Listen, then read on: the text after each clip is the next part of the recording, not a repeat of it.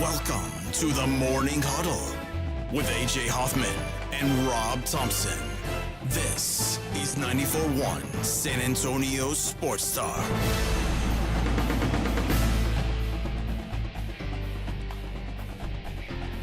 Good morning, everybody. Welcome in. How we doing, friends? It's the Morning Huddle on 94.1 San Antonio Sports Star. I'm AJ. He's Rob. Brr. It wasn't raining. I thought it was going to be raining. It rained this morning. all night, though, and I had the frozen windshield this morning. You had ice? Oh yeah. I didn't get ice. Oh well. Wow. Listen, I'm very lucky. I found it kind of odd because I woke up expecting it to be right about there. At my house, it was 35. And this is on the northwest side, just outside of I-10, or 1604 and I-10. And you're 281 and 1604, and you were frozen, and northwest was not. Yep. Well, I saw some of the trucks out there, so if you're getting ready to go to work, they're out there de-icing and dropping all that stuff, but I had no need for it. It was a pretty smooth drive in. Yeah, I just all I had to do was sit in my car for 2 minutes and let the defroster, knock it down. But so the January the 10th. Yeah, I thought I thought it was just rain on my windshield, and I hit the wiper and it did the. Wow, I thought we were lucky enough not to have to deal with it, so there might be a little bit of a concern. A little bit of frost, First day of winter, as it were, I guess. That's right. And the first day where there are 3 teams left in the college football playoff, as I get what I deserve with James Franklin. Yeah, I get what I deserve. I really do. I've never felt sorry for a coach. I felt sorry for him last night. And he brought it on himself. He did. But I still felt bad for him because he didn't throw the interception. But the play, he said okay to the play call. But apart from that, I got what I wanted. I got a spectacular, if not well-played, college football game. Well, you know what? He's got one of the most respected offensive coordinators in the country, and Andy Kotelnicki, and they asked him this week during the press leading up to this game, like who is the final decision maker on things, and he said James Franklin said that Andy calls the plays, but at the end of the day, it's me, James, who decides how aggressive or passive we are. You hit it on the head, and when Franklin, sits in the confessional, when it's just him and his God, when he looks at himself and how he got here, I think the difference between aggression and submission needs his balance is off, because I think he got himself into this situation for things that he had done very recently. He was conservative when he should have been aggressive, and he was aggressive when he should have been conservative, and therein lies his problem. Yesterday, and the reason why I thought Penn State would win this game is I trusted Drew Aller to be more prudent with the ball than Riley Leonard. That hurts. And I said Riley Leonard at some point, and he did, is going to make a mistake that you're going to go, why would he do that? And I said, I don't think Drew Aller will. And, I mean, we went 59 minutes of game where I was right. Well, unfortunately. I mean, mistake after mistake for Riley Leonard. And then Drew Aller, just a bonehead decision. Now, again, I blame there was blame to go around. The first down call led them to the second down call. So once you run on first down, what are you doing, man? You're cool. We're going to overtime. Yeah. And you know what? I wouldn't have faulted him for going to overtime. I wouldn't have been mad. Because but no, that's his problem. Because he walked the fence on that. He should have come out with that series either knowing I'm going into overtime and I'm going to play as if, or I'm going to win it. And that's what I mean. And he split the difference, and here he sits again. Well, when you run it on first down, and it's like, oh, okay. Okay, you're going to overtime. And I wouldn't have blamed him one bit for wanting to go to overtime because, like I said, Riley Leonard had proven he will give you the ball. He will give you the game. if you let him. And if you run it another down, you're there. But decide 2nd and 7 or 8 or whatever it was to heave it mid. That was just as bad as it could have been all the way around. And when you saw it happen, you could see on Franklin's face, I did it to myself again. That guy, I hope he's got a good therapist. He's bad luck Slip Rock. Remember from Flintstones with the cloud that just follows him wherever he goes? And it's like you think every once in a while he tricks you into thinking maybe I'm out of this, and he's not. He's just not. Well, good for Marcus Freeman. You know what, man?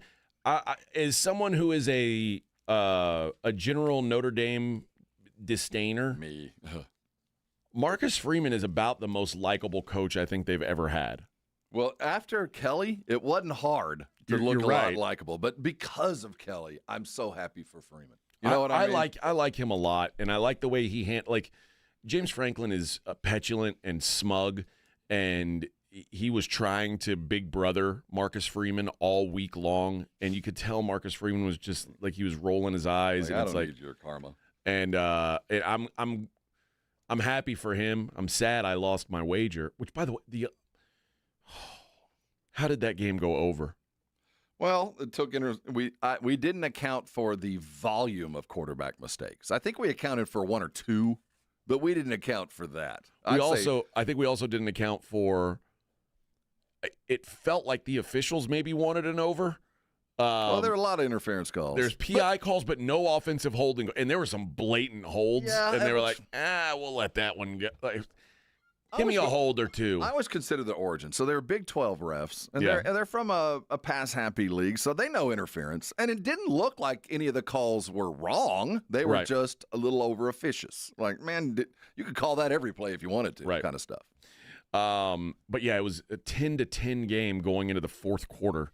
Which we all felt good. What did you text me? Poverty. Poverty offense. And it was the poverty offense. We did not account for just mistakes from high-end quarterbacks. It was too poverty. Mm-hmm. It was they were too willing to give the ball to the other team. Great game. It was. In the annals of greatness, it'll go in the chapter. It's not a top 10 all-timer, but for the first of a semis like that, how much could we have asked for it? There wasn't nobody left. You said you wanted something memorable. I think you got a memorable game. What was I wanted a memorable dude that I'd never heard of, and I got him. Greenhouse? Yeah. Green Hat? What was the wide receiver? The other thing is, what I took away from it is Abdul Carter should be the first player taken in the draft. That's the best player I've seen. He did it with one arm. Oh my God. He's every single play. He's in the backfield. He's throwing dudes around. He's beast mode. That is a man. That number 11 matters. Yeah, I want that guy on my team. That's who I want. Y'all can have Shador and Travis Hunter or Cam Ward. I want Abdul Carter on my team. Give me that guy. Now I know he's not going to go first, but that's the guy. That's the guy who he's going to fall to the first team that doesn't need a quarterback. It's a discussion for April, but Tennessee doesn't need a quarterback. No. Oh, They've please. got one. Oh, please. We'll save that for April. It's probably going to be the New England Patriots, is my guess, who end up with freaking Abdul Carter, which is going to piss me off. But that is a player, and it was good to see him play. I do think I still believe that Notre Dame offense is a joke, and I think when their time comes against Texas or more likely Ohio State. It feels very TCU. It's going to be a bludgeoning. It feels very TCU-ish. But let's not discount that defense. It met the task. Yeah. It did. It made that for 3 quarters, met the task. If you had told me at halftime that Notre Dame was going to win that game, I would have thought you were crazy. I didn't think they had a chance. They looked so inept. I mean, when I texted at halftime, poverty offense, I mean, they had done I think they kicked a field goal right before they went into half, but they couldn't move the ball. Like it was pathetic. Kudos to Freeman for making adjustments at halftime, and they came out in the second half, first drive, rammed it down Penn State's throat, and suddenly it was a tie game. No stars yesterday, other than Abdul. Nobody. I loved it because it was truly team on both sides. It took everybody, and it took every Notre Dame player down to the kicker who didn't play most of the season. And they had to have it all, and they got it. Yeah. Yep. It was it was fun. I hope we get something close to that tonight. I think tonight we're due for a different type of great game because I think it's going to be like a slot machine tonight. You think so? I think there's going to be some buckets. Well, I think Texas fan would be happy to hear that there's going to be some scoring. Buckets. If it's not, you're in trouble. If it's not a total of at least 50, you're in trouble. Yeah, I saw the video was making the rounds today of Quinn Ewers, who I felt bad for him last year when Washington was on the field celebrating, and Quinn Ewers was literally standing there with his helmet in his hand with Washington players running all around, and he's just by himself, like just staring at the scoreboard. And they're like, Quinn Ewers has been waiting for this moment, and maybe he has, or maybe he's James Franklin and he's born to lose. Bad luck, Schleprock. Yeah, it's always a possibility, and that's the. I feel so bad for guys like that. And again, I'm not saying that Quinn Ewers is. I don't know. I don't know if Quinn Ewers is a born loser or not. I think last week proved the opposite. Last week. But you know what? You could have said the same thing for James Franklin last week. Well, I know. And what have you done for me lately? We are. What have you done for me lately? Last I saw was 3 consecutive brilliant passes and a touchdown. Yeah. But totally different beast. I stand by that Arizona State sucks. The fact that Quinn Ewers had to have, miracle throws at the end of that game to beat them is a real kind of detriment to Texas because Arizona State is not good. Well, I stand by it. How good are you at your worst? That's how you measure teams. And at their worst, they were still better than them. And we'll see. I doubt we see the worst version of Ohio State. In fact, right now it looks like Ohio State's rounding into their Charizard form. Man, you're hearing Sark talk. Well, Sark's feeding this beast. Well, yeah, he's got to hype him up. And oh man, you see that? And whoa, that's what you do. Yes, that's what you do when you think you're going to lose. Be very careful. This is a team that got beat by Michigan. The great thing about that is what Sark is doing is, if you win, you hyped them up so much, and now you just beat this team that is a monster. And if you lose, it's like, hey man, I told you guys this team was for real. And well, you're pissing your team off. I mean, you're making them mad when your coach is like, stop talking them up, man. We know, So I think that's motivating inside the locker room. I think that's what vet coaches do. Tell us how good this team is and how hard it will be to beat them. You don't have to be cocky now. Now's the time to be smug. We're going to try. Well, that's what James Franklin tried. Didn't work for him. Well, that's look for Franklin. We will. I'm trying to get some of the audio from Drew Aller after that throw yesterday. We'll see if we can get that. But we got man. You talk about Football Friday. We have 6 games in the NFL to preview today. We've got the Cotton Bowl to preview today. Rob and I are not going to Dallas because. Well, snow. Let's not pawn this Rob off asked permission on the suit. This is not a suit decision, although it initially was. We wouldn't be going anyway. No, I wouldn't be going anyway.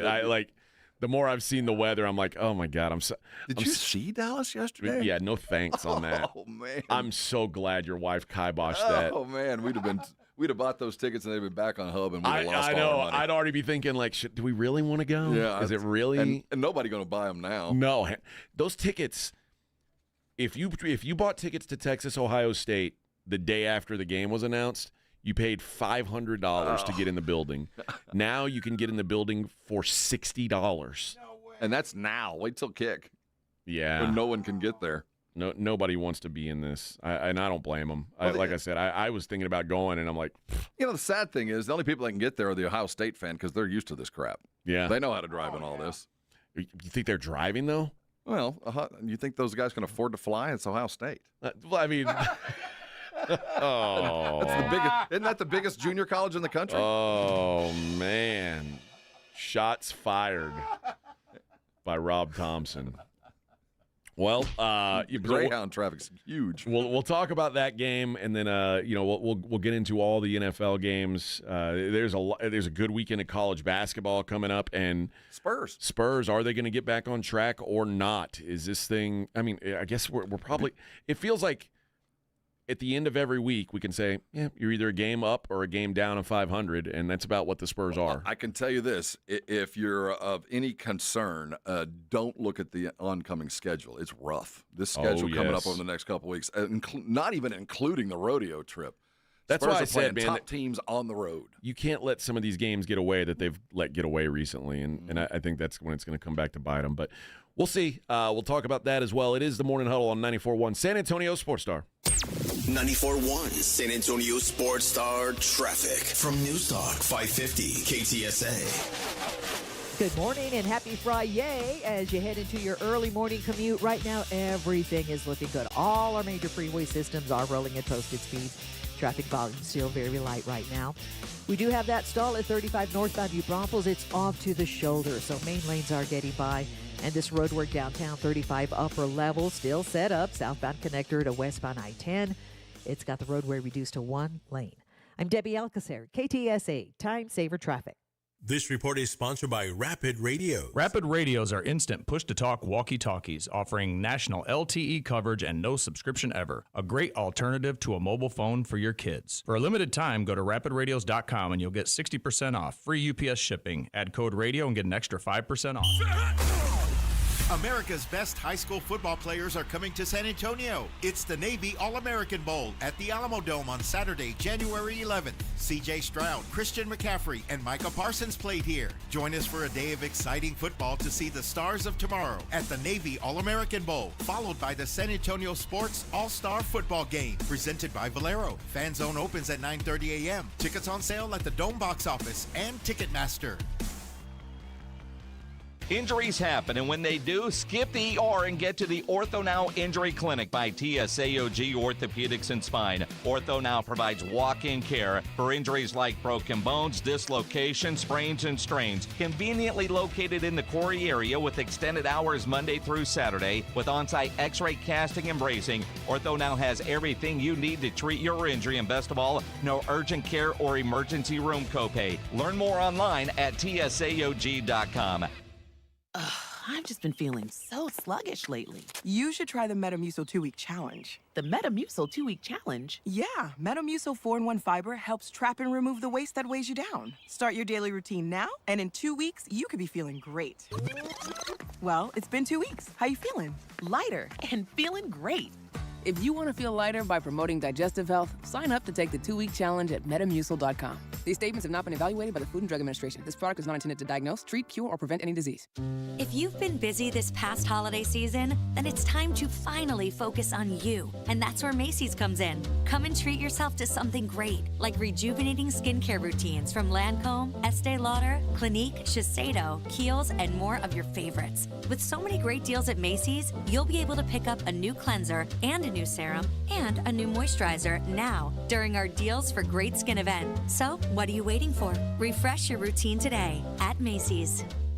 James Fletcher with San Antonio Sports Star here. Have you played Pick 6 from DraftKings? The playoffs are here and time is running out. As the official daily fantasy sports partner of the NFL, DraftKings does fantasy sports like no one else. Play for better payouts on Pick 6. It's super easy to get started. Just select 2 or more players, choose if they'll have more or less of a stat. Pick 6 is available in most states including Texas, Missouri, California, Georgia, and more. And DraftKings is making it even sweeter for first-timers. New Pick 6 customers play $5, get $50 in Pick 6 credits. Win more cash on Pick 6. Download the DraftKings Pick 6 app and use code KTFM. That's code KTFM for new customers to play $5 and get $50 in Pick 6 credits. Only on DraftKings Pick 6. The crown is yours.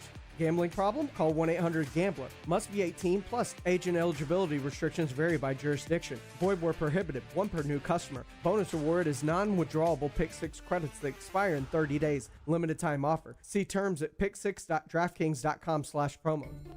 Our daughter Jessie loves playing detective. A clue. But since we discovered she has sensitive skin, we've been playing detective too. We thought the problem was our puppy.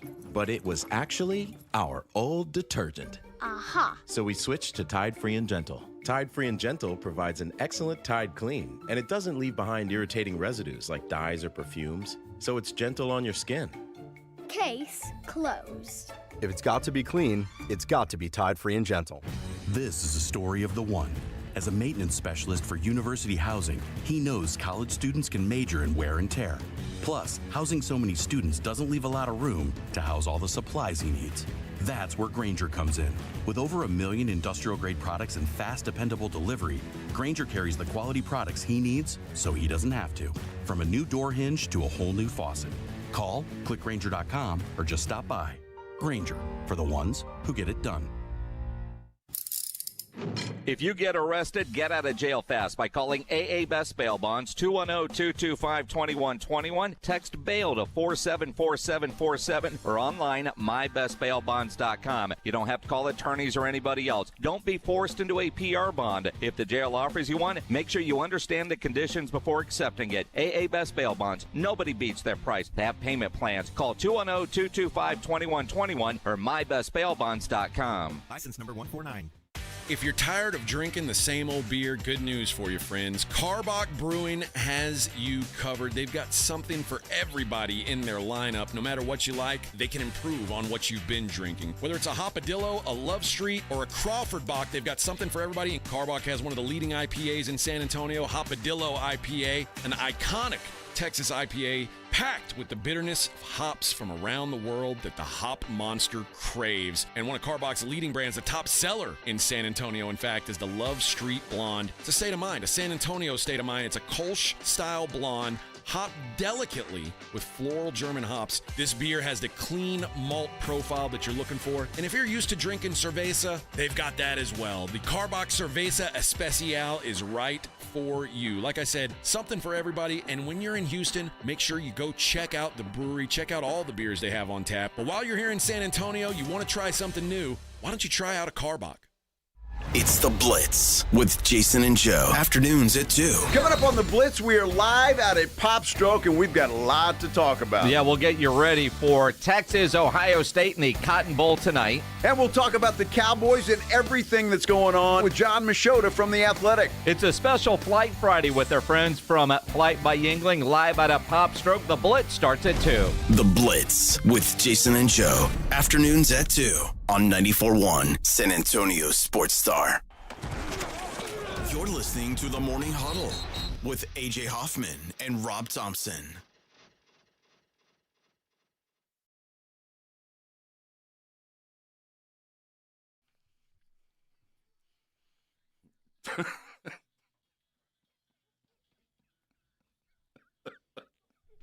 What are you laughing at, Rob? He said Pop Stroke. Yeah. I like in this song when he says Later that week. Oh, this song. Who's this? I think the band's called Lynn. L-E-N. Yeah. It's named after the former Alex Lynn, the basketball player. It's a catchy little ditty. If you steal my sunshine. Bing, bing, bing, bing. Nah. Don't steal my sunshine. Don't steal it. Morning Huddle 94.1. Drew Aller had his sunshine stolen last night. Here's what Drew had to say after the game. Yeah, I mean, I was going through my progression, got to the backside, and honestly, I was just trying to dirt it at his feet, but I mean, I should have just thrown it away when I felt the first two progressions not open just because of the situation we were in. But I was just trying to dirt it at Amari's feet, but just didn't execute what I was trying to do. That's for sure. Yeah, for sure. He had already said he was coming back to Penn State next year, but then someone, like I say someone, the masses started talking about if he got to the national title game, he could be a top 5 pick. No. I don't think so. Well, I mean, he's got all the tools. I'll be honest. This year, I'd take him as before. I mean, I'd take him along with these other guys. I don't know that he wasn't them. He wasn't them. We saw him. We knew enough. But you know what? He projects to the pros better than those guys. No, I'm not saying that. I mean, we see the tools. Yeah. He's not Josh Allen, so let's not pretend that he'll ever be that. I don't know who said that. Yeah, that's crazy. I'd never pretended that he was ready for the NFL. And some of the primary issues for that we just saw.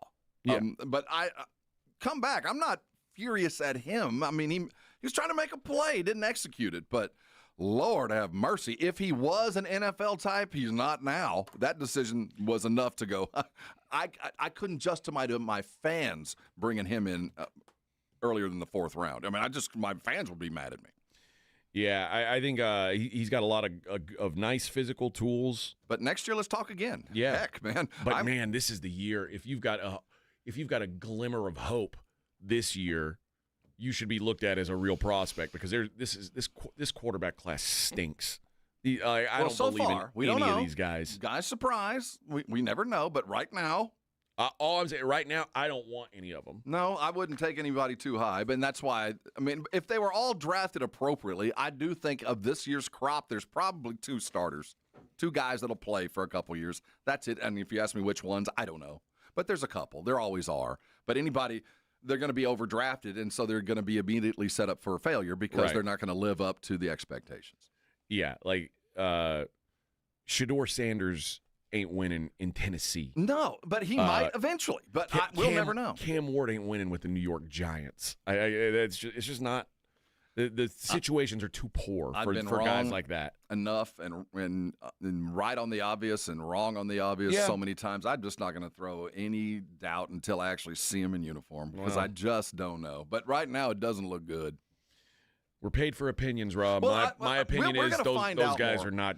They're not the real deal. Once we start hearing as the camps start happening and the scouting combines and all that, we're going to start getting the skinny on these guys because all we've gotten is the good stuff. So once the pros are looking at them and we get the little things that do matter and they start to add up, you start to get a pretty clear picture. They can't hide the secrets anymore. But right now, I don't know enough. Well, what we do know is that Quinn Ewers has a chance to kind of do the same thing. If Quinn Ewers has a great next couple games, he'll be in the NFL next year. If he doesn't, he'll probably be quarterbacking at Notre Dame or making more money than he would in the pros. Who knows where? But before we go too far, I'm not gonna go and say that the entire burden's going to be on Ewers' shoulders tonight. I think we're going to get some Manning. I as the Aggie who watched the Manning packages the last time they were unveiled, and we haven't seen them in a month, more than a month. Yeah.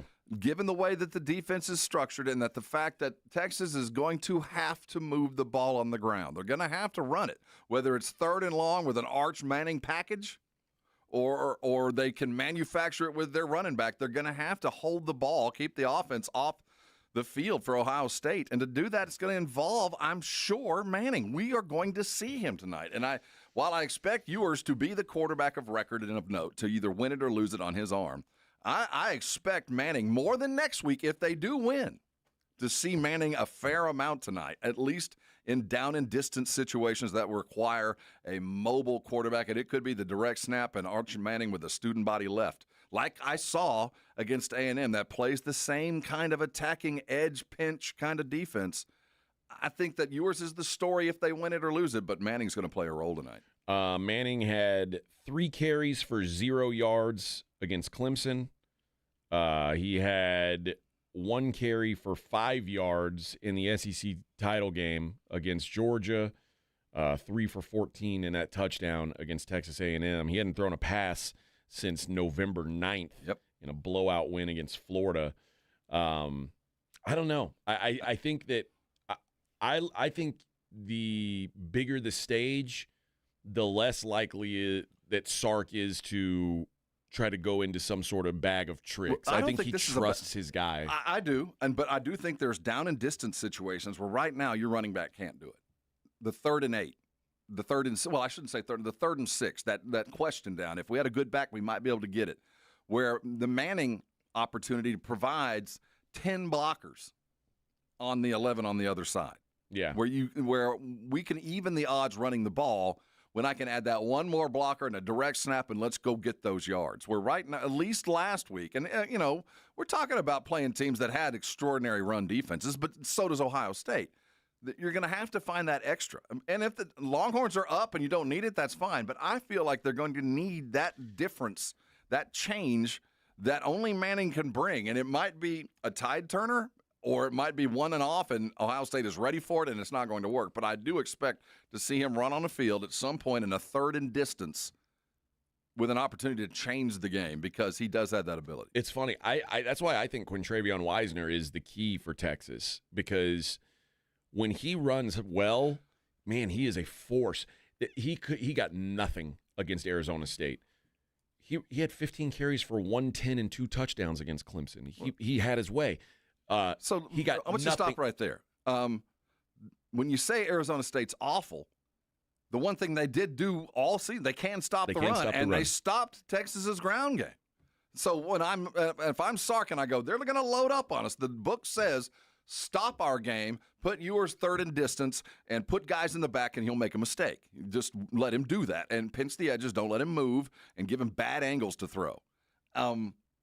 Another reason, but given the way that Ewers does what he does, I think the game changer could very well be the guy that will end up being the reason that Ewers is gone, and it'll be more important this week than next. I think this week will be the week that if the tool can be used, it's going to be used this week. Well, I will say this: if they have no success with the running back game like they did against Arizona State, then they should consider that. But Quintravion Wisner, he's the reason why they beat Texas A&M. Texas A&M could not stop him. That was the 33 for 186 on the ground for one guy. How's left tackle? Both tackles apparently healthy. If everybody's good, then I think that lessens the opportunity for Manning. But because if I felt like it was a direct, even football game, the chances are far less. But I do feel like the chips are against Texas. So when we do something different, bring something that will surprise or at least confuse, and they have a weapon that can and has. I was a victim. So I think if I'm looking for a separator, a difference maker, a thing that could turn the tide in a strange time, it would be the Manning. And it's not a trick play. When he runs out, he's going to run the ball. Yeah, but it'd be the kind of Manning package where it's 10 blockers on 11 defenders, and let's go get those yards. The current number is Texas plus 6. Total set at 53.5. Again, I've made my case. I think Ohio State wins the game, but I think 6 is too many points. And that's not enough points. Go over on this. After what we saw last night, yeah, mistakes are going to turn into points. It's just too big a game. And that was outside. Yeah. Although outside may have been why it went over when I don't even know who that cornerback's name is that fell down that literally let the over touchdown walk in the end zone. And that then made me sick. The same corner missed the corner blitz tackle that would have ended the drive that turned into the field goal. Disgusting. Whiffed on the blitz. Disgusting. Now he's going to cash that ticket, or at least his uncle will. It's going to be nice. Yeah. Whoever it is, or the officials, they all had they were all against us, Rob, is what they were. They were all against us. But I'll tell you what did hit was when we went through the numbers yesterday, I thought the best bet we found was biggest lead of the game under 16.5 points. It was never more than 10. Mm-mm. I mean, it was never close. That was easy money. Most of the bets looked good till about 4 minutes into the fourth. I thought I was going to sweep the board. Mm-hmm. I thought it was going to be under, Notre Dame team total under, Penn State wins the game, and largest lead under 16.5. And when that guy fell down, everything was snatched away. A massive sucking sound you heard. Ugh, disgusting. That's sports betting for you, though, I suppose. All right.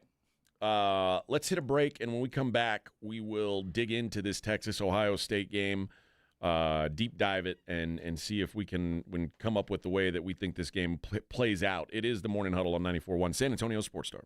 94.1 San Antonio Sports Star traffic from News Talk 550 KTSA. Good morning and happy Friday as you head into your early morning commute. Right now, everything is looking good. All our major freeway systems are rolling at posted speed. Traffic volume still very light right now. We do have that stall at 35 northbound New Braunfels. It's off to the shoulder, so main lanes are getting by.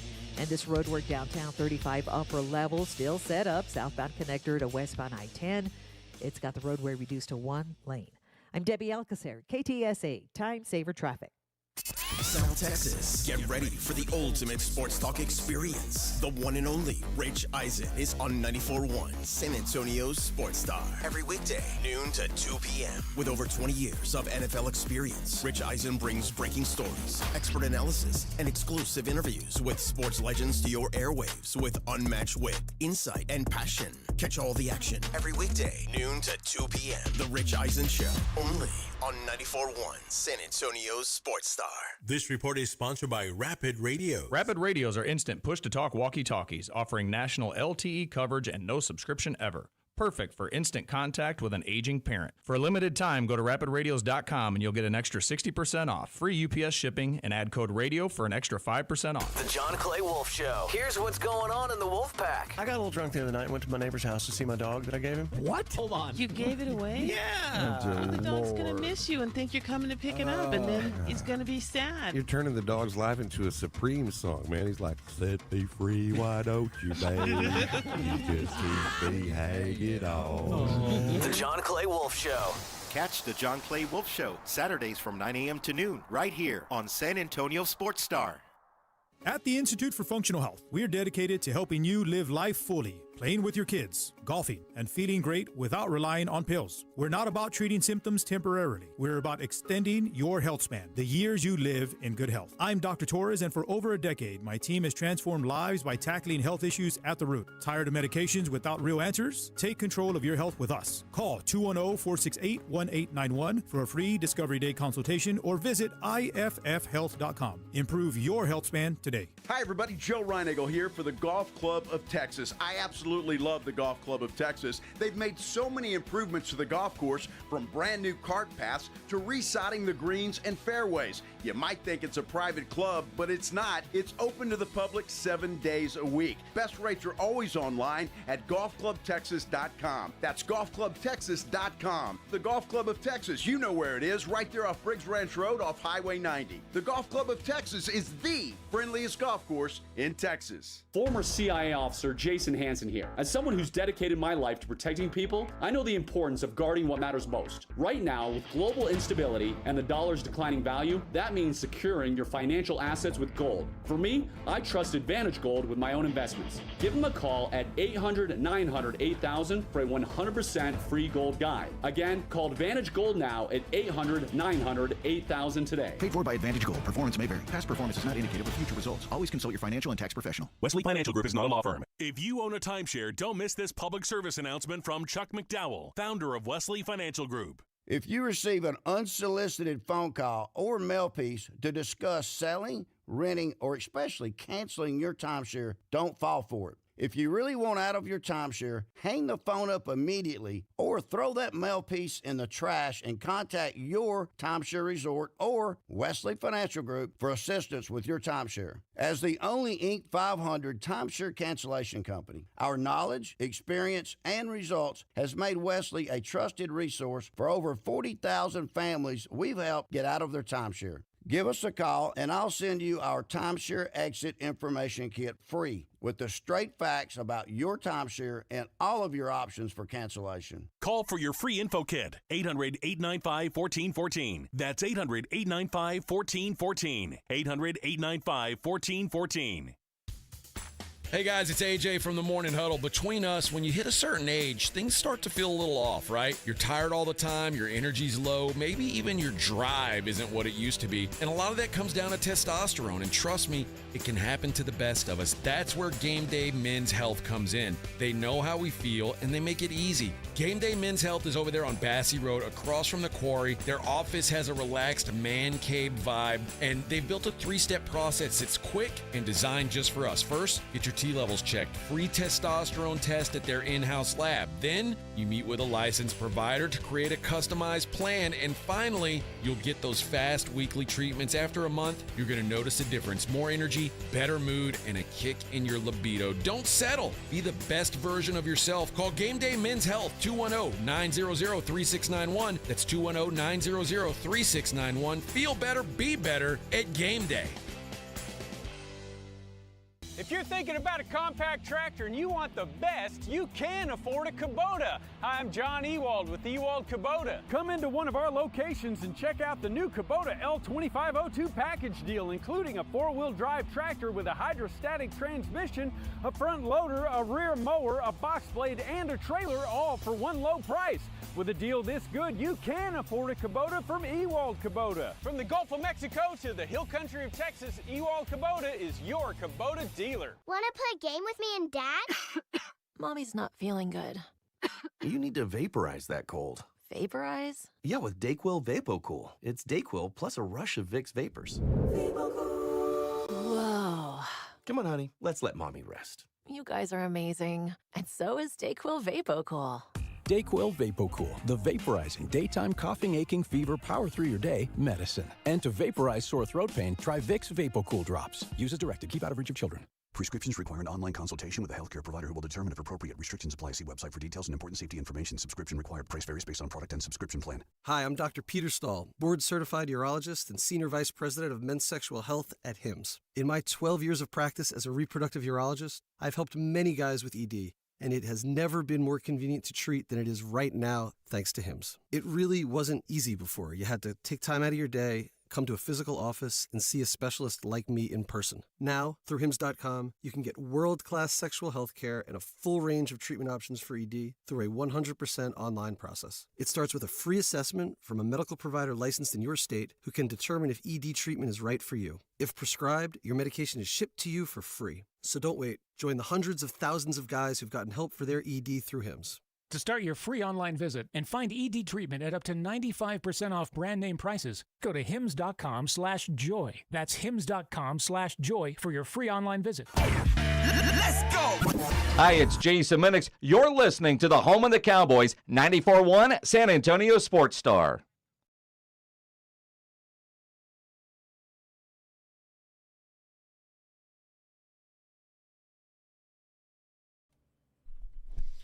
All right, Morning Huddle, 94.1 San Antonio Sports Star. Texas, Ohio State. We'll see if it's any different tonight than last night's game. I hope it's as good. I mean, it's about as good a football game as I've seen in a while. It was a good game. It wasn't well played, but it was a good game. I mean, the other good game in these playoffs has been the game between Texas and Arizona State, and it wasn't well played, but it was at least. One team was touched by God. Yeah. So there was that. I expect a very slick, very well-played offensive game. I do. I think that the offenses on both sides are going to click tonight.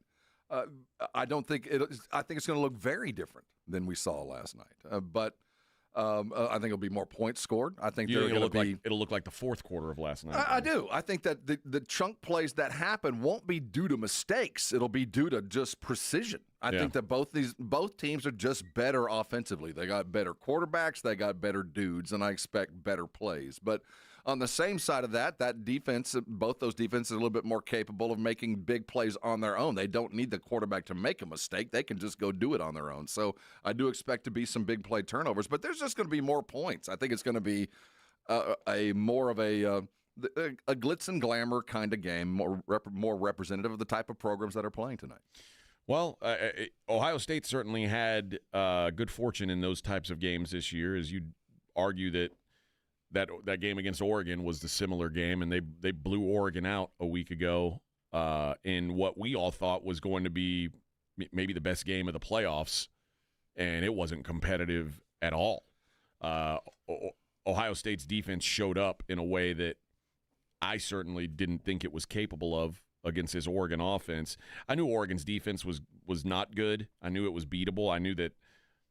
I know Oregon was 13-0. They're a good football team, don't get me wrong, but I knew that as soon as someone came up and said, we're going to run the ball on you, that Oregon was going to be in trouble. Right. And they did. And I think that Ohio State passing that test and defensively doing what they did to Oregon was impressive.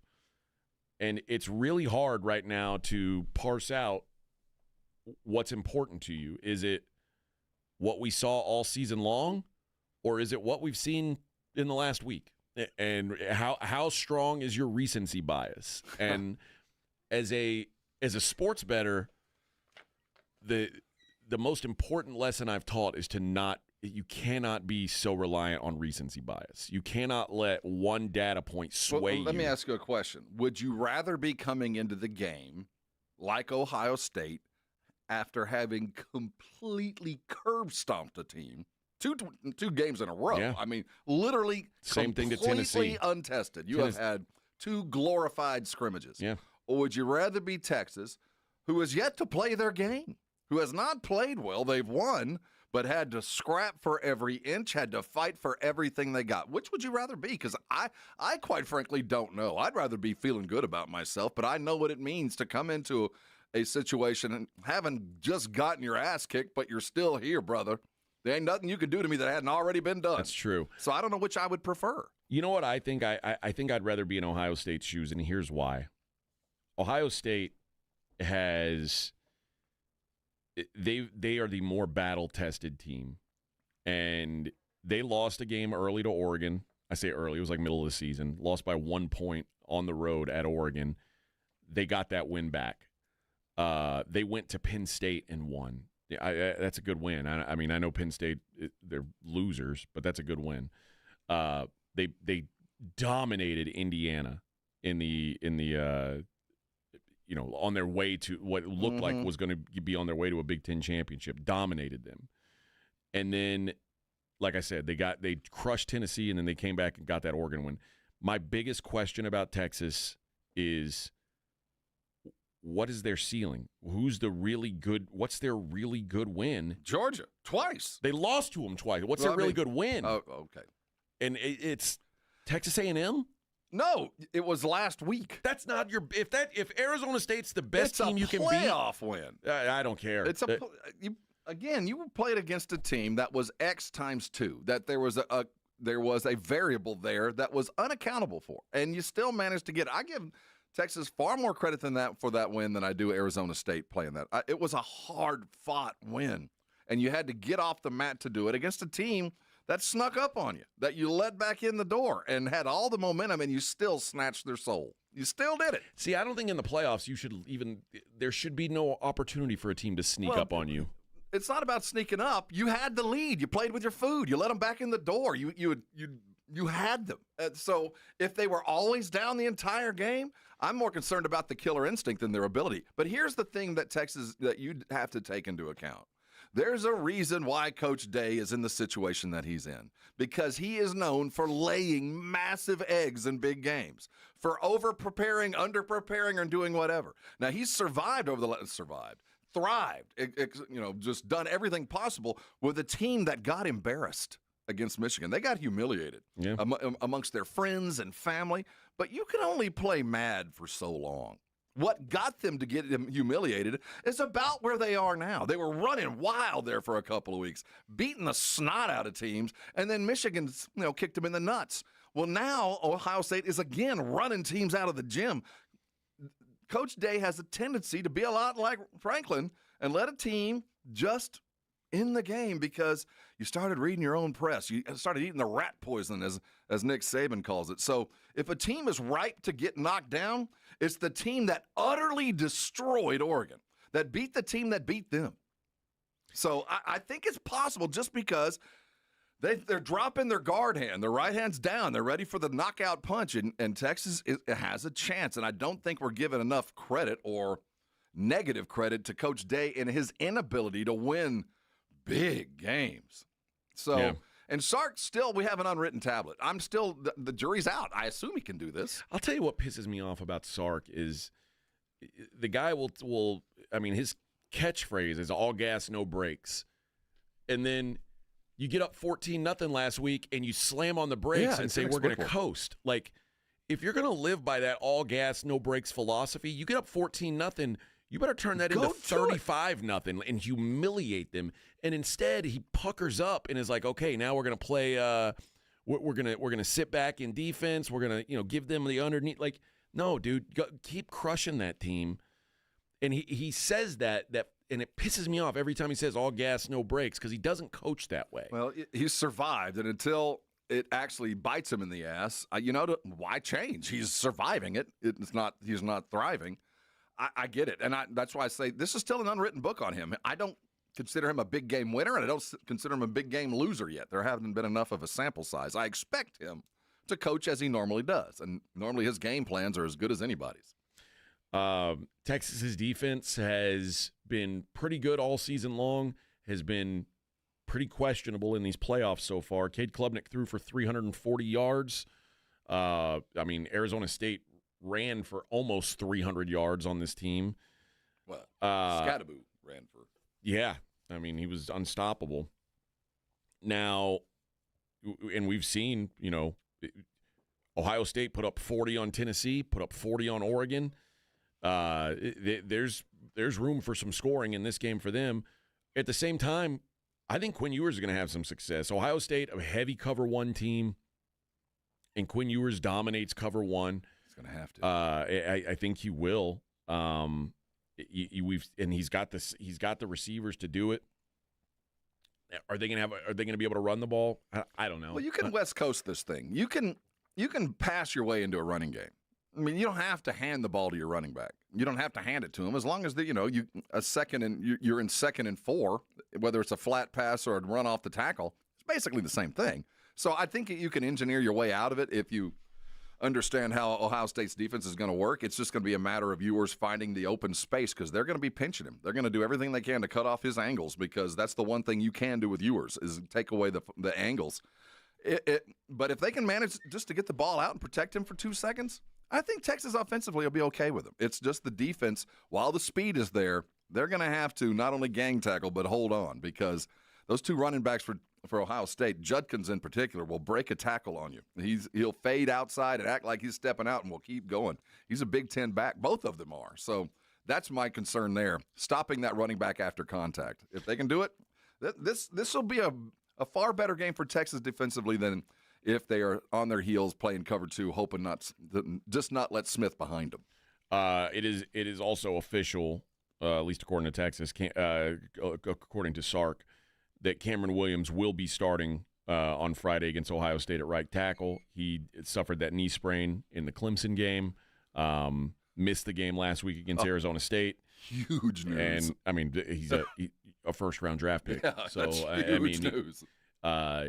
Having your second, I say your second best offensive lineman. When your second best offensive lineman is also a first-round draft pick, and your left tackle's probably going top 5. It's not like a knock to say your second best offensive lineman. He's still very, very important.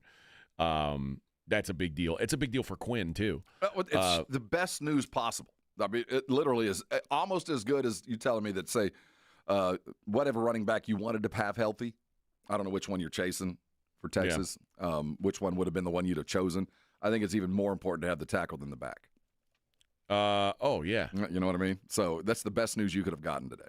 The Brooks was the guy who Brooks was good. Christian Clark was the guy at the beginning of the season. They wanted to be like, yeah, and then Brooks was good. Blue if he could held on the ball, but he lost his job to C.J. consistency. Baxter, like they've had just terrible health. So if you pick your back and say you want him healthy or your left tackle, I'm taking the left tackle every day of the week. So that's the best news Texas could have gotten. Yep. So but they've had Quintravion Wisner and Jadon Blue, and that's who they're Wisner's going to. Efficient. He's enough if there's a threat of something else. But if it has to be him, we've seen it can't be done. He's not that kind of back. Well, he was that kind of back against A&M. Well, he was that kind of back against Kentucky. He was that back against Clemson. It's just all of those guys are not playing tomorrow. No, you're right. Tonight, you know what I mean? Yeah, you're good against A&M, but that's what got you here. But to get you further, you're going to have to be better. All right, we got a lot of NFL to discuss too. We will get to that. We'll get some Spurs talk in. It is a football Friday though. It's the Morning Huddle on 94.1 San Antonio Sports Star.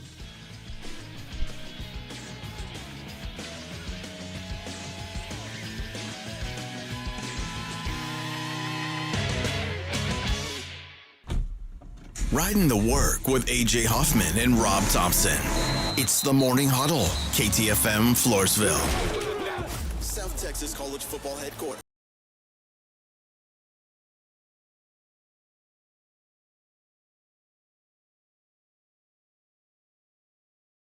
Time of the year for fans. Bowl season is no exception. The biggest and best matchups this bowl season are brought to you by Ewald Kubota, the Break Room Bar, and Smoky Mo's Barbecue. Hear them all on South Texas' first and only FM sports station, 94.1 San Antonio Sports Star. This report is sponsored by Rapid Radio. Rapid Radios are instant push-to-talk walkie-talkies offering national LTE coverage and no subscription ever. Business owners can now keep in touch with up to 200 staff members at one time. Go to rapidradios.com now for up to 60% off and free shipping.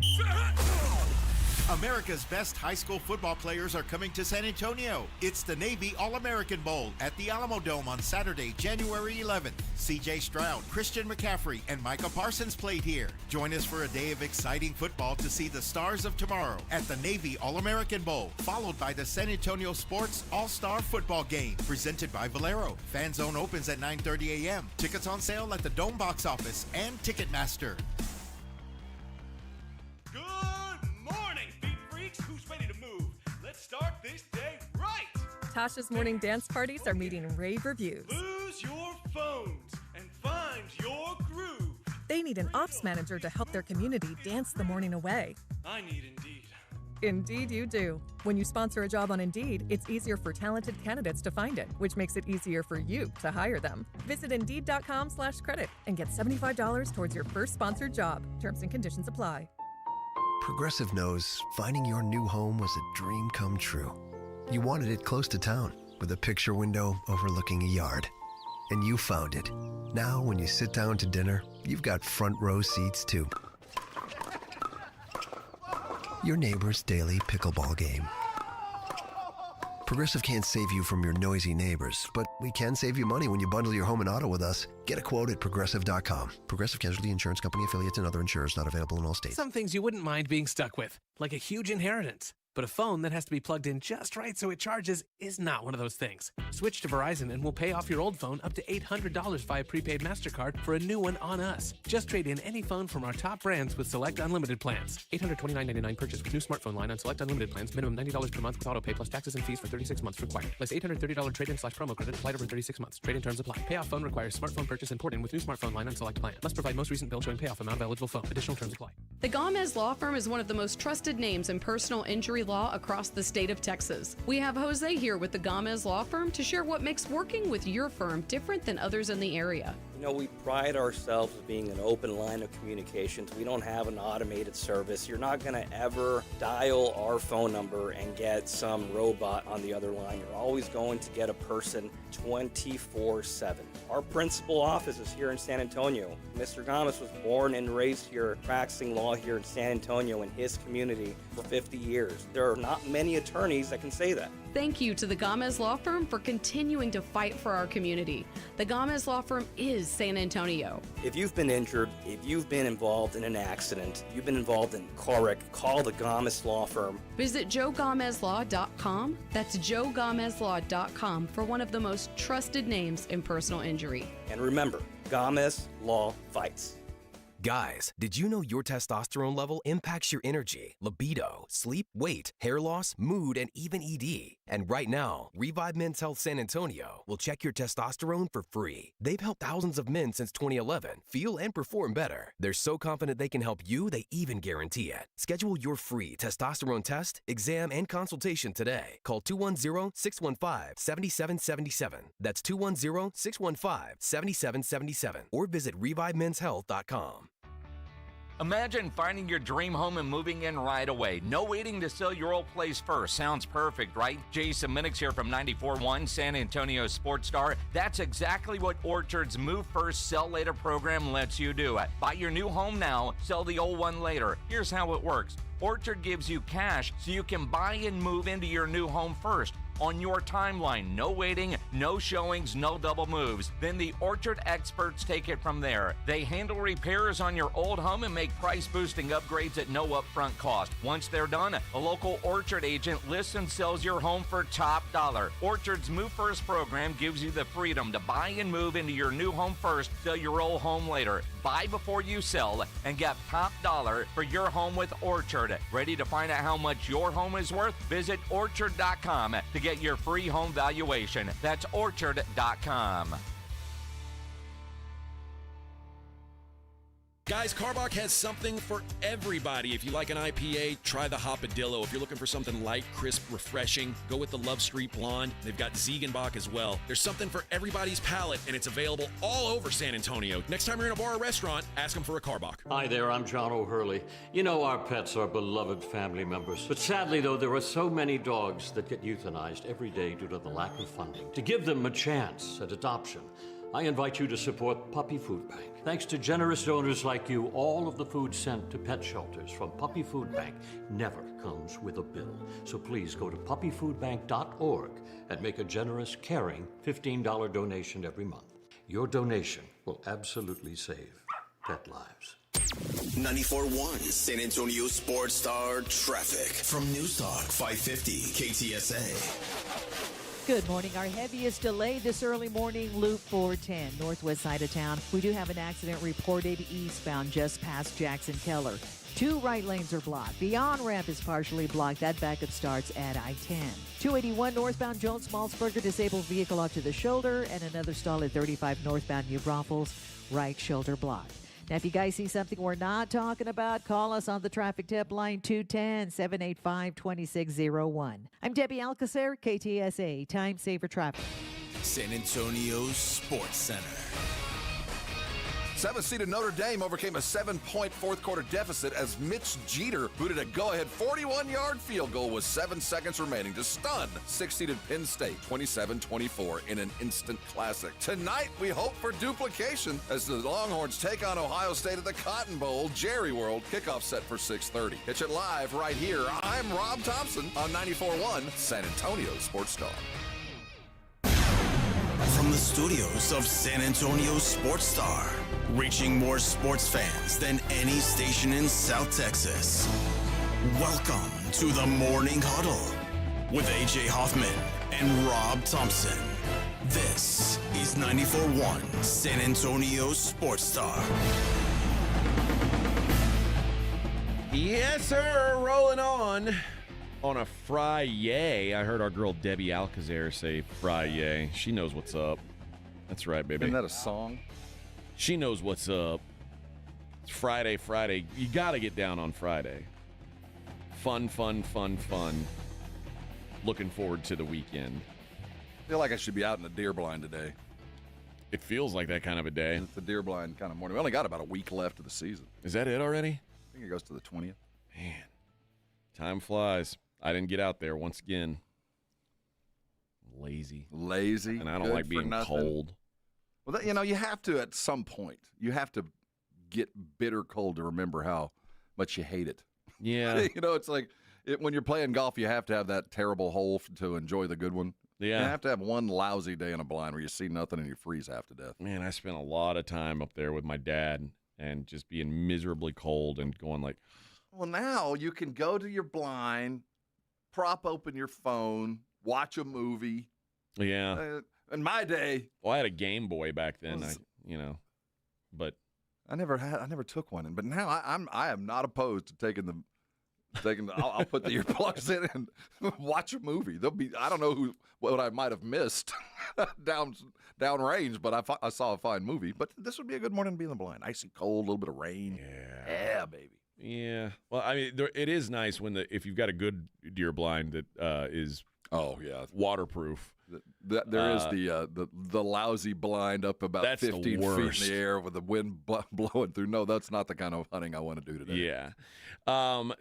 We got, so much freaking football this weekend. We've been talking college football, but we got 2 games on Saturday, including the Houston Texans, who, without fail, get the opening game. Of course, they're the noon game and they're the opening game of the playoffs. Texans fans hate being the early game. And it's like, well, when you look at... Hey, you're the Boise State. We're just glad you're here. Seriously. These are the... this game, there's no fan bases outside of their general area. And I don't know what it's like in the Houston market this week, but I feel like college football has kind of dominated the situation. Certainly the Texans are probably front and center in Houston. But I do think, at least for Houston, the spotlight being on college football and us not really paying attention to what they're doing this week is probably the best thing for them. Go to work, all these young kids, and just do what you think you're capable of doing, and don't try to do anything more. I think half this year was they were expecting to be better, and they tried to do so much with all the injuries. I think at the end of the season, they're going to lose this week. It's going to happen, and there's going to be a lot of negative press next week. There's going to be what ifs and this should have been and that guy and all of that. When really, in the grand scheme of things, the Texans are about where they should be. If they hadn't had such a great year last year, that's the thing. And if they'd have just stumbled into the playoffs this year, we'd have said second-year quarterback, the progression is there. They're in the playoffs. Let's be happy. But this is going to be a rough week for the Texans. They're going to lose. We're going to question coaching. We're going to question the GM on staff. People are already questioning C.J. Stroud. And you're questioning C.J. Stroud. Seriously. Last year, everybody thought C.J. Stroud was going to be the MVP this year, and now it's like, oh my God, is this guy good? So it sucks in the short term because, this is an inauspicious end. It's going to just kind of poof out for what could have been. But in the grand scheme, Texans should be not excited, but they're right where they should be with this young team. I think that we're starting to see that C.J. can't cover up everything. Right. And there's still a lot of holes on this roster. And obviously, the wide receiver injuries have been rough. But, I mean, at the beginning of the season, you had more wide receivers than you knew what to do with. If you recall, there was talk about, maybe they can trade away John Mechie because otherwise they might have to cut him. So you had such a massive amount of depth at that receiver, and you've needed it. And I'm not trying to take away from the faults that there are some things that are problematic. Their offensive line is pathetic. And you haven't addressed some of the issues that should have been addressed last year. But in the grand scheme of things, I think the best thing that could have happened to Texas or to the Texans was focus on college sports, focus on Texas, and you're in the playoffs. Let's get ourselves as ready as we can be and, offer what we can, knowing full well we're undermanned and outgunned. And, this really is going to be one of those seasons that was just kind of a holding pattern. We didn't get a whole lot out of this year, but we were so far ahead of the game last year that we're about where we should have been anyway. Well, C.J. Stroud led the world in the non-Caleb Williams category of being sacked. 52 times he was sacked this season. That's a pretty ugly number. And at the end of the day, that's been a lot of the problem. He's the sacks, the interceptions. He's thrown a dozen interceptions this year. Remember last year, he was almost flawless in that category. But the offensive line's bad, and the defense has kind of started to show some holes. And the truth is, this is a playoff team because they play in the AFC South. Yeah. This is not one of the 7 best teams in the AFC, and the expectation was that they were going to maybe be in the conversation with Kansas City and Baltimore. Well, I think that was on the other high end, but no, they have not lived up to expectations. There's no doubt. And I used the whole season and their record last year as a bit of an excuse, and it wasn't a reason. It was an excuse. They should have been better. Their reason this year was injuries. They couldn't, from the entirety of the year, find continuity. It was either one position group after another, running back, wide receiver, offensive line, cornerback. I mean, they just never got it all together, and even when they were close to it, they just didn't mesh. So there's a lot of learning lessons, and we're acting like they're not capable of getting it done this weekend. And they are. I just don't expect a whole lot. Well, yeah. I mean, if you said give me a matchup that's winnable for the Texans, this is certainly one of them. Now, the Chargers are a fascinating subject because they can be really great too. Like they've got some really high upside because, and this is what I always look for when you're talking about an NFL team in the playoffs. Like, what do you want? You want a good defense, a good quarterback, and a good head coach. Chargers, they check every box. Yeah, play like a python. Get a hold of them, squeeze them to death, and that's the Harbaugh method. And we don't have to do a lot. We just got to do a little bit more than you do and do it for 4 consecutive quarters, and we'll beat you. It might only be by 7 points, but it's going to be a slow, painful, squeeze you to death kind of a game. And that's the kind of game that Houston cannot get into, man. They get squeezed like that, they're done for. And there's a reason why people are high on the Chargers right now, and like some people think they can beat Kansas City. I think they're capable of beating Kansas City. They lost the 2 games to Kansas City this year by a combined 9 points. They're certainly capable of pushing the Chiefs in a way that a lot of other teams haven't. And the Chargers the Chargers lost 2 games this year by more than 1 score. Like they are in every game. Yeah, like they give them, they don't, because they don't screw up. You talk about last year how safe CJ was with the ball and just the no interceptions. Justin Herbert threw 3 interceptions all year. But very different ways. I mean, Stroud last year, I would say 10 first down and touchdown passes that he threw were milliseconds away from interceptions. I mean, milliseconds. I mean, and most quarterbacks throw that same ball, they're interceptions. And Stroud was living lucky last year. This year he wasn't. Herbert is never in a position to throw those ugly balls. He throws completions. That's what he throws. And if there's not going to be a completion, he ain't going to throw it. That's Harbaugh. He fights you in a phone booth. You're going to have to be perfect and stay on the field and be on top for 60 minutes to beat them. And the one reason they lose to the Chiefs and the likes of them is that's Harbaugh's style. He forces you. Your playmaker's going to have to make a play because all the other stuff we're going to take care of. You're going to have to separate with your greats. And that's why Mahomes has the Chargers, because he's just good enough to make that one play, that 4-point difference, that beats the Chargers. And that's how you beat them. The great players have to be great because the regular stuff Harbaugh's going to take away from you. I saw a tweet yesterday from Bucky Brooks. Bucky Brooks, who was the former NFL wide receiver. Now he works at Fox Sports Radio, I believe. But he did this. It said playoff QB tiers. And I'm sure he was looking for engagement here. If I said, who are the elite quarterbacks in the playoffs right now, who would you list? The usual suspects. I mean, the elites? Yeah. They're all in the AFC. Okay. And it's Lamar, Josh, and Patrick. Okay. Well, he has one more quarterback in tier 1 with those 3 in the elite tier. Well, and if it's Herbert, I have an issue because. How about Jaden Daniels? Okay, we're looking for engagement. But I'll tell you this. I'll tell you this. He hasn't done anything yet to not be there. Okay. And then he said tier 2, just shy of elite, Herbert, Goff, Stafford, and Mayfield. Yeah. I have a hard time putting Jaden Daniels ahead of Herbert, Goff, and Stafford right now. Well, absolutely. Dude, he hasn't done it. But then again, like I just said, he hasn't done anything to show that he can't, but he hasn't had a chance to. And then he said, on fire, tier 3, on fire, but can they handle playoff pressure? Darnold, Love, and Hurts. Well, that's where Jaden should be. What are you talking about? You just defined him. Well, and then he said tier 4, unpredictable. Wilson, Nix, Stroud.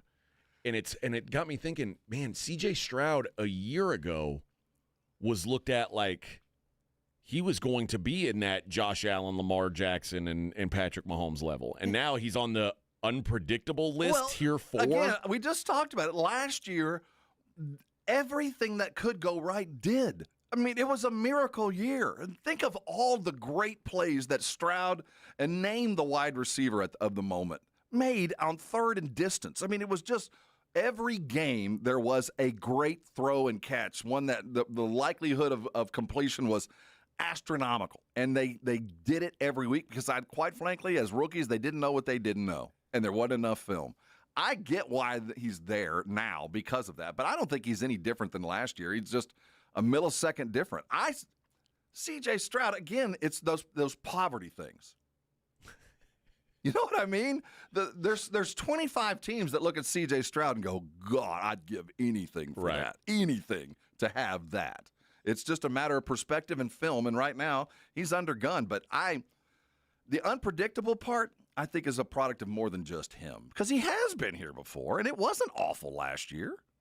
Wow, this is a big game for C.J. Stroud. If is he the least trustworthy quarterback in the playoffs? No, not at all. I think there's the press today and all weekend and next week, I think, is going to be remarkably negative for a situation that I don't think is as negative as the brush will paint.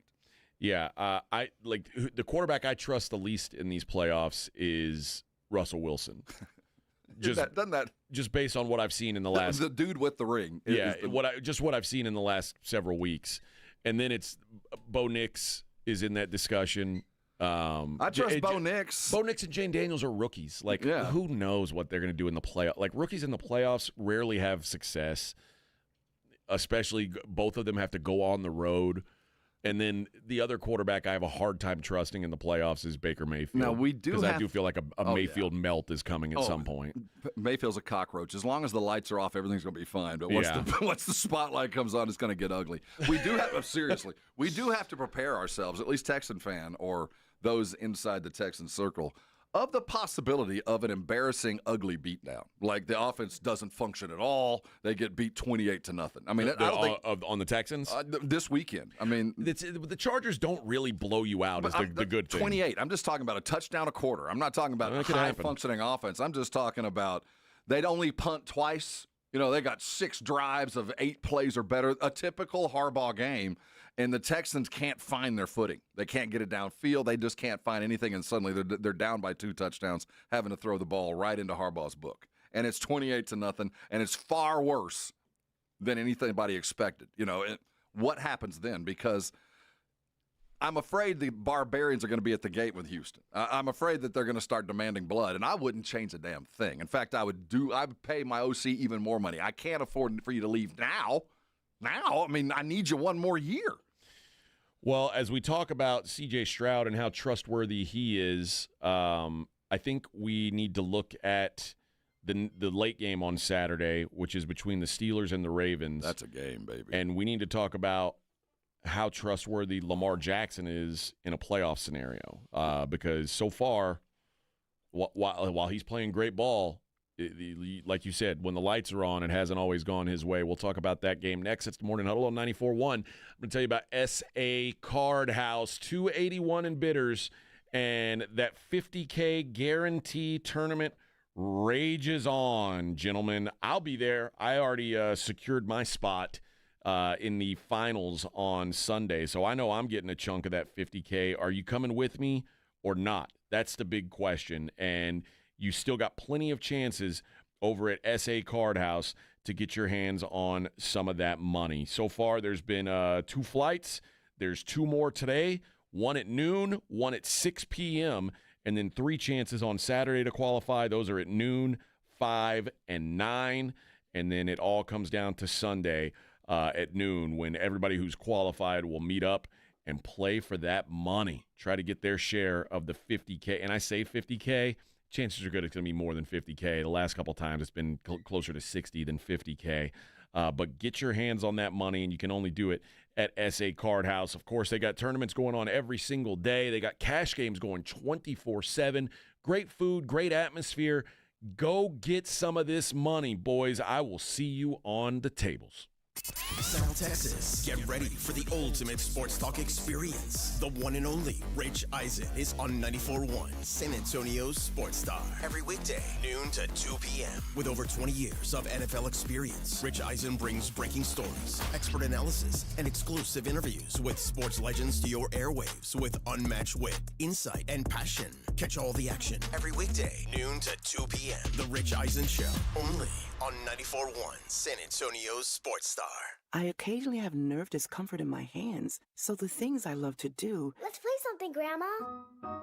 ...became difficult as I got older. If you have occasional stabbing and burning in your hands and feet, try Nervive Nerve Relief. Nervive's clinically studied dose of alpha-lipoic acid reduces occasional nerve discomfort in as little as 7 days with continued daily use. Say yes to healthy nerves with Nervive Nerve Relief. These statements have not been evaluated by the Food and Drug Administration. This product is not intended to diagnose, treat, cure, or prevent any disease. Wesley Financial Group is not a law firm. If you own a timeshare, don't miss this public service announcement from Chuck McDowell, founder of Wesley Financial Group. If you receive an unsolicited phone call or mail piece to discuss selling, renting, or especially canceling your timeshare, don't fall for it. If you really want out of your timeshare, hang the phone up immediately or throw that mail piece in the trash and contact your timeshare resort or Wesley Financial Group for assistance with your timeshare. As the only Inc. 500 timeshare cancellation company, our knowledge, experience, and results has made Wesley a trusted resource for over 40,000 families we've helped get out of their timeshare. Give us a call, and I'll send you our timeshare exit information kit free. with the straight facts about your timeshare and all of your options for cancellation. Call for your free info kit. 800-895-1414. That's 800-895-1414. 800-895-1414. Buyers Barricades is proud to provide traffic control, rental, and sales for work zones and events in the San Antonio area and beyond. Buyers Barricades, the Texas authority in barricade rental. Learn more online at buyersbarricades.com. That's buyersbarricades.com. Former CIA officer Jason Hansen here. As someone who's dedicated my life to protecting people, I know the importance of guarding what matters most. Right now, with global instability and the dollar's declining value, that means securing your financial assets with gold. For me, I trust Advantage Gold with my own investments. Give them a call at 800-900-8000 for a 100% free gold guide. Again, call Advantage Gold now at 800-900-8000 today. Paid for by Advantage Gold. Performance may vary. Past performance is not indicated for future results. Always consult your financial and tax professional. This is the story of the one who, as a maintenance specialist for a historic high-rise, knows that vintage charm historically needs constant attention. Which is why when it's time to upgrade turn-of-the-century mechanicals, they turn to Grainger. With easy access to 1 million+ products and the scale to deliver when and where you need them. The right tools and supplies are never far away. So the one can keep that vintage building running like new. Call, click Grainger.com, or just stop by. Grainger, for the ones who get it done. Guys, if you're not feeling like yourself, testosterone therapy may be the answer. Look for the VIP treatment you'll get with the experts at Synergenics Testosterone Weight Loss. Synergenics has over a decade of TRT experience. Book your appointment at synergenicshealth.com. It's showtime. Let's do it. It's fun time. Here we go. South Texas home of the 12-team college football playoff is 94.1 San Antonio Sports Star. All of the matchups are brought to you by Ewald Kubota, the Break Room Bar, and Smoky Mo's Barbecue. Hear every game on South Texas' first and only FM sports station. 94.1 San Antonio Sports Star. You're locked on the Morning Huddle with AJ Hoffman and Rob Thompson. It's showtime.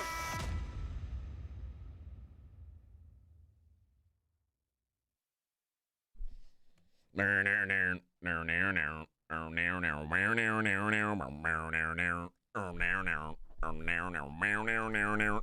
you think when I start singing or humming that the guys on the Brigade Bar try to guess what the song is that we're coming in with, or did they just think I'm a crazy person? No, you're crazy. It's like you're riding in a car with somebody who just starts singing out of nowhere. Oh, yeah. Oh, I do that. Wish I might have this, I wish tonight. And when you do that, I'm riding with satisfied? you. There's no radio on, or there's like talk radio on, and you start singing, you know what I do? You get out? No, I hit the button for music and turn it up. I don't care what it is at that moment. You start singing, I take over radio control. Or I hang my head out like a dog. When it all cashes down. See? And you break your You know what you're crown, doing to our Brigade Bar right now? Because they have no there's context. no one around. And this is not the best Metallica song. No, this is post-prime Metallica. Yeah. This is commercialized, Well, and you left it just a homogenized. thing. Where's your crown, king? Nothing. Oh, where's your crown? I like when James Hetfield talks to you. Oh, where's your crown? Hatfield always looks like he's just taken one hell of a bump. Yeah, you know what I hell mean? yeah, baby. Looks like he just probably has. He's got his eyes crossed and his teeth gritted. Rock and roll, baby. Woo, rock and roll. That one got you, didn't it? The Baltimore Ravens, in my mind, right now, the Baltimore Ravens are the best team in the NFL. Have you been watching Hard Knocks? I've not. See, I've been watching I'm so Hard mad at Knocks, myself and here's about my it. fear. With the regular Hard Knocks, the training camp Hard Knocks, I always watch it, and it's kind of like porn. I think that's the real world, and I fall in love. I think there's either a player or a team every Hard Knocks that I get the highlight version of, and I think that they're better than they are. Watching Hard Knocks over the last 3 weeks, I have never seen a team more prepared to go win a Super Bowl than Baltimore. That's a team that is focused in. The injuries, yes, are huge. But watching Hard Knocks, the homogenized, this is the best thing we could see about you. man, oh man, Harbaugh's got a team focused. I just don't know if I trust Lamar Jackson in the playoffs.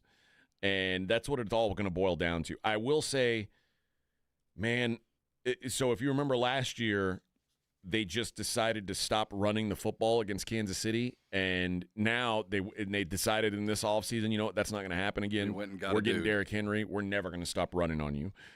That's the move. AJ, if not now, when? If he can do it, it has to be now. What's at funny least is this weekend. Yeah. Well, you can say the same thing about Josh Allen. They're right. Those two Josh guys doesn't right have now. a bunch of MVP belts. That you know is what I'm true. saying? No, that's Lamar, true. at some point, brother, you are going to have to do it. Enough about it's the play calling. It's enough about the fourth quarter curse. It's enough about you don't have enough help. You got it. You got it all now. Yeah, if not now. The thing about Lamar, I mean, this is as someone who's, you know, I've been a big advocate of, I think Josh Allen's the MVP of the league.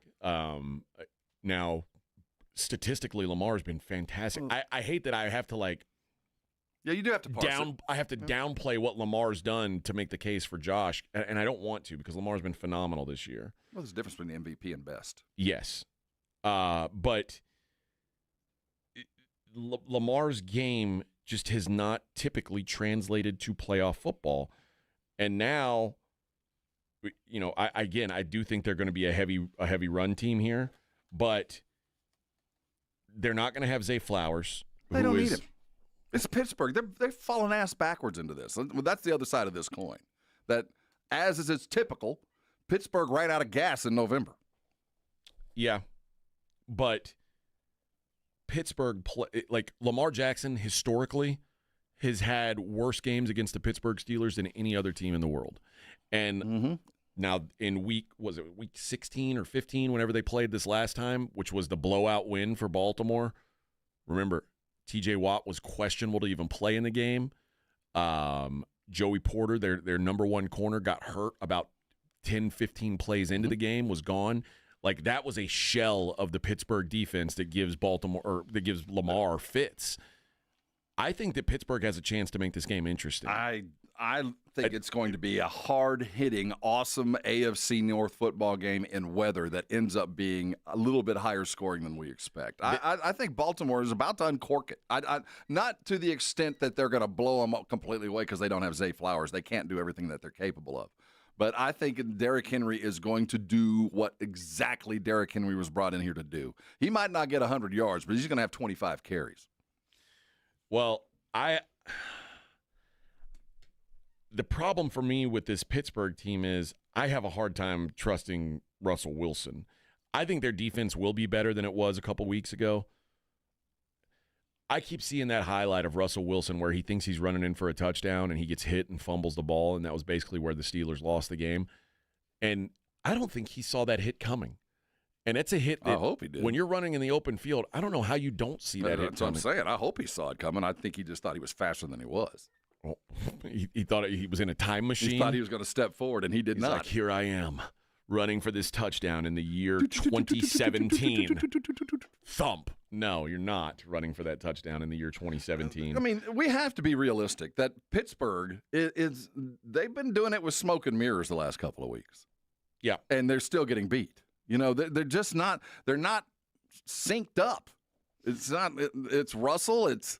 They forget Najee Harris when they need him. It's Pickens dropping the ball. It's questionable health of Watt. All those things rolled into a team that is aggressive to the extent that they're trying to make a play, but they make as many mistakes as plays lately.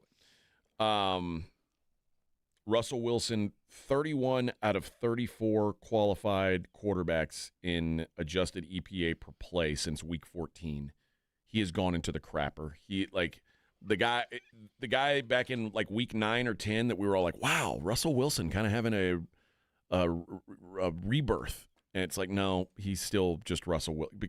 Like, you can only spam throwing moon balls for so long until it gets figured out, and like that doesn't work anymore. It's still it's a moon ball, but it's a pretty deep ball. Yeah, it's the best I've ever seen. I think that the Ravens in this game should be able to get out early, which I think is the biggest factor for the Ravens. And historically, when Lamar struggled is when he's gotten down early, and it's been known passing situations. Now, he's a better passer now than he's been in the past, but also Zay Flowers, I don't think you can understate how important Zay Flowers is, because they don't have a real true number 2 receiver. Rashad Bateman is like he's a number 3 receiver. Yeah, he's a possession guy. Like, you don't have a guy to be the guy. And I assume Joey Porter is going to take away Rashad Bateman completely. So it's going to be a lot of 2 tight ends. It's going to be a lot of Mark Andrews and Isaiah Likely. Those guys are going to have success. And they're going to have to lean on that run game, which I imagine they will. 25 carries, man. He'll get them. And to hold the clock, squeeze it. That's what I assume they'll do. But it's also, I mean, would it shock me if Lamar has some sort of brain fart? And I don't think that's till next week. Okay. Well, next week, if things go the way I expect them to go, next week he'll be playing Buffalo. So I hope you're right. But yeah, this Ravens team is scary. I think if the Ravens are playing at full potential, I think they are better than everybody. I just don't know if I trust Lamar to play at full potential in the playoffs, because I haven't seen him do it. If not now, when? And that's the question. And you're right. There should be some kind of pressure on a dude who's got 2 MVPs and is looked at as a playoff dud. You know, somebody in the Brigade Bar mentioned Peyton Manning, who people don't realize, if you take away the postseason, like, if all you did was look at a quarterback, if we judged quarterbacks solely on what they did in the regular season, Peyton Manning versus Tom Brady is a laughable discussion. The numbers are Peyton obvious. Manning is like on a completely different level than what Tom Brady was if you take away postseason stuff. But that's not the way our brains work. We judge you based on what you do in the postseason, and so far, Lamar ain't done it. Oh, winners write the history. So, yes, he hasn't done it. And I can't stress enough, he is as primed as he's ever going to be. And now, to win it all, to do what Lamar has to do, he needs Zay Flowers. It will be another reason if they don't win it all, because Zay is as important to this offense as Derrick Henry. They both share equal, not as important as Lamar. But Zay stretches the field, takes pressure off Bateman, allows Andrews to work underneath. He matters. Henry takes pressure off, keeps that third and manageable, so Lamar isn't running around in the backfield making those kind of mistakes, making those kind of plays that cause him to go home in January. This is the time against a Pittsburgh team that, quite frankly, has just been exactly what was expected. You can only get coached so far. At some point, the talent shows, and they just don't have as many guys as Baltimore or a couple of other teams. If not now, when? And the thing with Tomlin, and Tomlin deserves his flowers. I mean, he's one of the best coaches in the NFL. And the great thing about Mike Tomlin is he takes teams that are 6-win rosters and wins 10 games with them. But and there's something to be said he for also that. takes 13-win rosters and wins 10 games with them. So there's something else there. Well, first of all, it's been a long time since he had a 13-win roster, like since prime Big Ben. Probably. But the last 4 playoff, I guess it's now they've lost 5 straight playoff games, the Steelers have. Now, one of them was in the AFC Championship game to a fella named Tom Brady, so that one, that was the last great year. They lost that game 36-17. Then the next year they lost to the Jags 45-42. Then their last 3 have all been blowouts. 48-37 loss against Cleveland, 42-21 loss against Kansas City, and 31-17 last year at Buffalo. I normally say, man, I want to back Mike Tomlin catching a lot of points, but the recent history says he is capable of getting his ass whooped, especially now that he doesn't have a great roster like he once had. Mike Tomlin is the master overachiever, and once you get to this level, sometimes you just got to have better players. Yeah, making mistakes keeps you even, but you got to have better players or better strategy to win. And the Steelers just don't have – their players aren't very good. Right. Let's just call it what it is. Like, this is I don't know who they may have. I'm trying to think of if I want to match them up. Who I would want to match them up against in the AFC. They probably got a slightly better roster than Denver, but it's not by much. This is probably the worst roster in the AFC that's in the playoffs. I would completely agree with that. What? I mean, they're deep. They're solid. They just don't stars. I'm wrong. It's just not a separator. It's Kansas City has the worst, at least non-quarterback roster is Kansas City. But that's the Steelers are not a super talented team. They've overachieved, and the Ravens are probably the most talented team in the AFC. So this is going to be a hell of a test for Tomlin. I generally think that, again, it goes back to recency bias. The history of these two teams playing each other is they're always separated by a field goal, and they always score about 20 points apiece. Like there's so many 20-17s is what the general final score of any Ravens-Steeler game is. Do you believe that's going to happen here, or do you believe that what we saw the last time these two teams played, where it was a shootout and a blowout? I think it's going to be a blowout. Well, that's the big question. I quantify a blowout 14 double points. digits. I think two touchdowns is a blowout in the AFC North, and I think Baltimore just looks focused, ready to go. The Buffalo's on their mind, and that doesn't mean overlooking Pittsburgh. I just think that this is a team that knows they're capable of it. Yeah. All right, we'll continue going through these NFL games on the other side. It is the Morning Huddle on 94.1 San Antonio Sports Star. 94.1 San Antonio Sports Star traffic from News Talk 550 KTSA. Good morning. Our heaviest delay this early morning, Loop 410, northwest side of town. We do have an accident reported eastbound just past Jackson Keller. 2 right lanes are blocked. The on-ramp is partially blocked. That backup starts at I-10. 281 northbound Jones-Malzberger, disabled vehicle off to the shoulder, and another stall at 35 northbound New Braunfels, right shoulder blocked. Now, if you guys see something we're not talking about, call us on the traffic tip line 210-785-2601. I'm Debbie Alcacer, KTSA, Time Saver Traffic. South Texas, get ready for the ultimate sports talk experience. The one and only Rich Eisen is on 94.1 San Antonio Sports Star. Every weekday, noon to 2 p.m. With over 20 years of NFL experience, Rich Eisen brings breaking stories, expert analysis, and exclusive interviews with sports legends to your airwaves with unmatched wit, insight, and passion. Catch all the action every weekday, noon to 2 p.m. The Rich Eisen Show, only on 94.1 San Antonio Sports Star.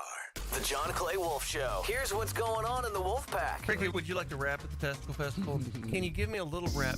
You want me to spit a rap? Yeah, I want you to spit a rap. About balls? Yo, Testicle Festival. It's like an extraterrestrial. Widen my eyes when I see them calf fries. The John Clay Wolf Show. Catch the John Clay Wolf Show Saturdays from 9 a.m. to noon right here on San Antonio Sports Star. This report is sponsored by Progressive Insurance. Progressive makes bundling easy and affordable. Get a multi-policy discount by combining your motorcycle, RV, boat, ATV, and more. All your protection in one place. Bundle and save at Progressive.com. That's Progressive.com. Hi, my name is Jason Thompson. I'm an attorney here in San Antonio representing people and families who've been injured in traffic collisions since 1994. The reason it's important to call me as soon as possible is the number of tricks and mistakes you can make, even up to talking to insurance companies, which I'm going to tell you not to do. And also some of the billing practices at our local hospitals. And over the last year, I've seen more and more of this, where hospitals are asking patients to assign benefits they do not have to assign, all in an effort to get more money to the hospital than they would receive if all you used was your health insurance. When you call, I will give you your options. We'll talk about your case. And all of that is free of charge. If you or a family member has been injured in a traffic accident, whether car, commercial truck, motorcycle, I want you to call me as soon as possible after the collision. My number, 210-900-0400. That's 210-900-0400. Or go to my website, at alawyerforus.com. Find your purpose. Find your why. At the Y, you'll find more than just a place to work out. With opportunities to connect with neighbors and give back to your community, you'll also discover a greater sense of purpose. Join the Y January 6th through the 11th for Wellness Week at any greater San Antonio YMCA location. Learn more at ymcasatx.org. If you're looking for something light and refreshing to drink, give Love Street Blonde from Karbach a try. One of the best beers you'll find in Texas, a Kolsch-style blonde hopped delicately with floral German hops. This beer has a clean malt profile you're going to love. Check them out wherever you get your Karbach beer. James Pledger with San Antonio Sports Star here. Have you played Pick 6 from DraftKings? The playoffs are here and time is running out. As the official daily fantasy sports partner of the NFL, DraftKings does fantasy sports like no one else. Play for better payouts on Pick 6. It's super easy to get started. Just select 2 or more players, choose if they'll have more or less of a stat. Pick 6 is available in most states including Texas, Missouri, California, Georgia, and more. And DraftKings is making it even sweeter for first-timers. New Pick 6 customers play $5, get $50 in Pick 6 credits. Win more cash on Pick 6. Download the DraftKings Pick 6 app and use code KTFM. That's code KTFM for new customers to play $5 and get $50 in Pick 6 credits. Only on DraftKings Pick 6. The crown is yours. Gambling problem? Call 1-800-GAMBLER. Must be 18 plus. Age and eligibility restrictions vary by jurisdiction. Void where prohibited. 1 per new customer. Bonus award is non-withdrawable Pick 6 credits that expire in 30 days. Limited time offer. See terms at pick6.draftkings.com/promos. Not all pizza places are the same. Mellow Mushroom originated hand-tossed, stone-baked classic Southern pizza. Not in the mood for pizza? Order a calzone, hoagie, sandwich, burger, or a mellow salad and see how care goes into every item on the menu. Take your pick from 24 draft beers and or handcrafted cocktails. And many of the pizzas can be made gluten-free or vegan. Mellow Mushroom is at 1604 in Stone Oak Parkway. Hang with friends, watch the game, and mellow out at Mellow Mushroom. If you miss the Blitz with Jason and Joe, then you miss this. Nobody has seen a VHS player in 30 years. You don't have one? No. Well, how in the world do you watch your video then? Do you still have a DVD player at your house? No. You know what's weird?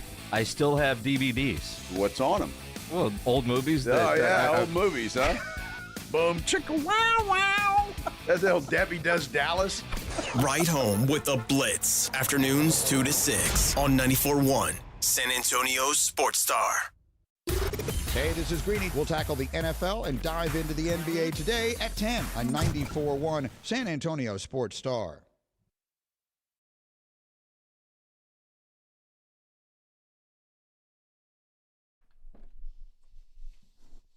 When you said you needed space, what?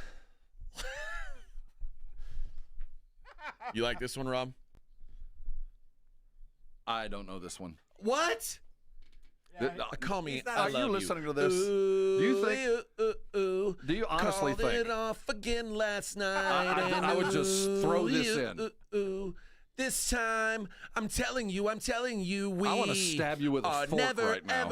ever getting back together. We are never, ever getting back together. You go talk to your friends, talk to my friends, talk to me. This is so juvenile, man. I hate this. You're such a hater, Rob. Oh.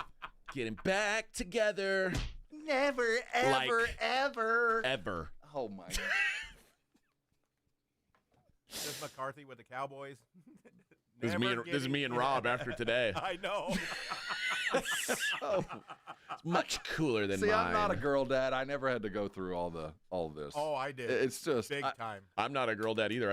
I just like good music. You're just kind of girly. It's like fingernails on a chalkboard, man. What? I'm not sure what's worse, that song or listening to the Minions. That's crazy, man. They both sound about the same in my ear. That's crazy. Pops and buzzes, man. Pops, buzzes, and squeaks. What a great song. Never, ever. Oh, God. Songbird of our generation. Yep. I'm telling you. See, that's not my generation. Well, that's true. I guess. Not even your generation. You're adopting another generation's songbird. It's the songbird of this current generation, Rob. I'm sorry you're living in the past. I'm not. Yeah, you are. I'm pretty happy right now. Why don't you tell it? I know Aretha Franklin was hip when you were. Yes. Let's talk about the Oh, Queen yeah. Soul. Times have changed. You would never heard going, never, ever, ever. She talked about stuff, man. His generation's the Cure. No, She wanted respect. His generation's like Billie Holiday and Mama Cass. Ella Fitzgerald. Oh, yeah. Or the toga party for the Aggies. Yeah, see? Carol Gibbons and the Hotel Orphans. Trying to get back to the show tune era, but I don't know any of the musicians. But He liked singers named Fats. I did. If you were named Fats, or Bing, I was in on Fats, you. you had a good Fats, nickname. I liked Fats, Bing, and Duke. If at some point you were holding a glass of scotch while you were performing, probably and on a my big playlist. cigar. Probably on my playlist. I can tell you, Taylor Swift had a juice box in her hand when she did that, not a glass of scotch. Come on, how dare you? How dare you? Never, ever, ever. What a great song. That's too catchy. That's a good pull right there, Vic. I want the people to know. I didn't ask Vic to play that song. He just knows my Which, he knows my style. which is just of great concern. Just random. And you know what the best Taylor Swift song to fit you, Rob, is? There isn't. Why You Gotta Be So That's Mean? the other one that is just about the same. That's my favorite. Why You Gotta Be So Mean? That's my favorite one, man.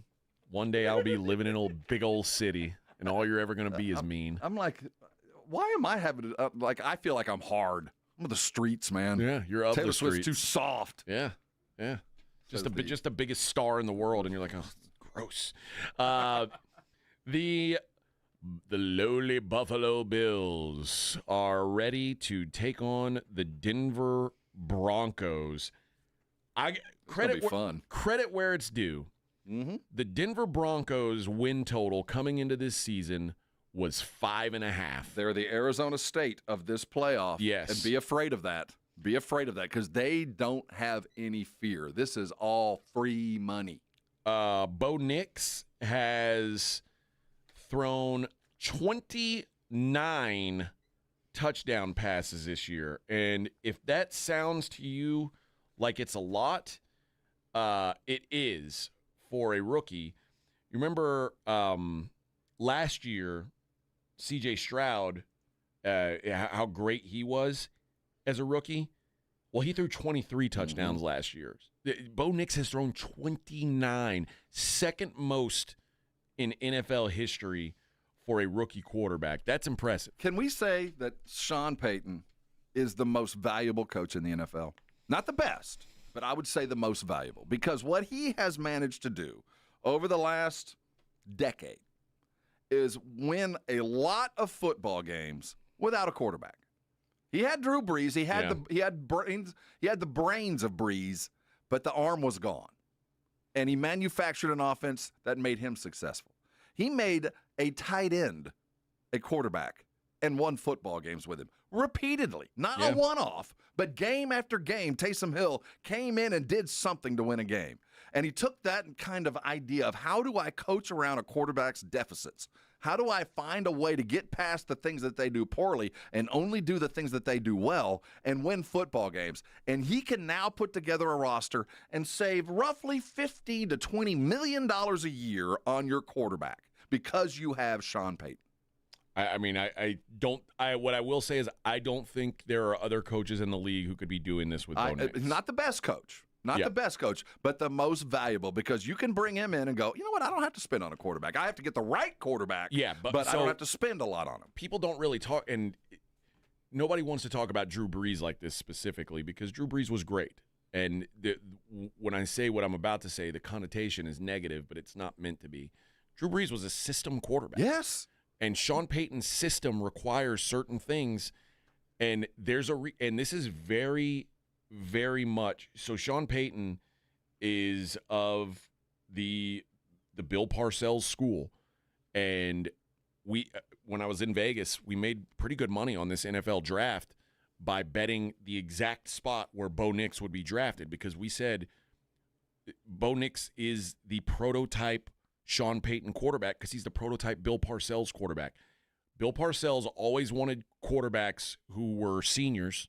He wanted graduated players, and he wanted guys who won a lot of games in college and played at a big-time football program, and Bo Nix checked every box, and we said, Bo Nix is going to go to the Denver Broncos because that's what Sean Payton's going to want. Perfect and that's sense. what he got, and it's worked brilliantly. It has. And it will continue to.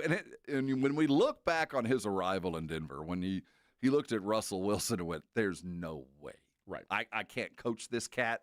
When I want to go left, he wants to go right. And above and beyond that, what's the OC that he just blew up that ended up with the Jets? Nathaniel Hackett. He looked at Hackett's offense and said, this is child's play, man.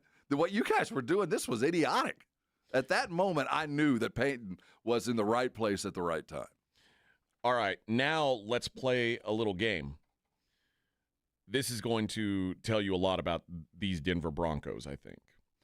I'm going to read you a list of the teams that they've lost to this year. Seahawks just missed the playoffs. They were a 10-win team, just missed the playoffs. Steelers, playoff team. Chargers, playoff team. Ravens, playoff team. Chiefs, playoff team. Chargers, playoff team. Bengals just missed the playoffs. Now I'm going to read you a list of their wins, Rob, and you tell me if you notice a theme with these wins. Tampa is a playoff team. They beat Tampa in week 3. After that, Jets, Raiders, Saints, Panthers, Falcons, Raiders, Browns, Colts, Chiefs backup players. Well, yeah, I get what you're getting. My retort would be they did what they had to do. They beat the teams they're supposed to beat. Well, and that's 80% of the game. Now they face I don't one expect of them those to do teams. great stuff. I think that they've reached the limits of their abilities today because there's just not a lot of talent there. There's some growing talent.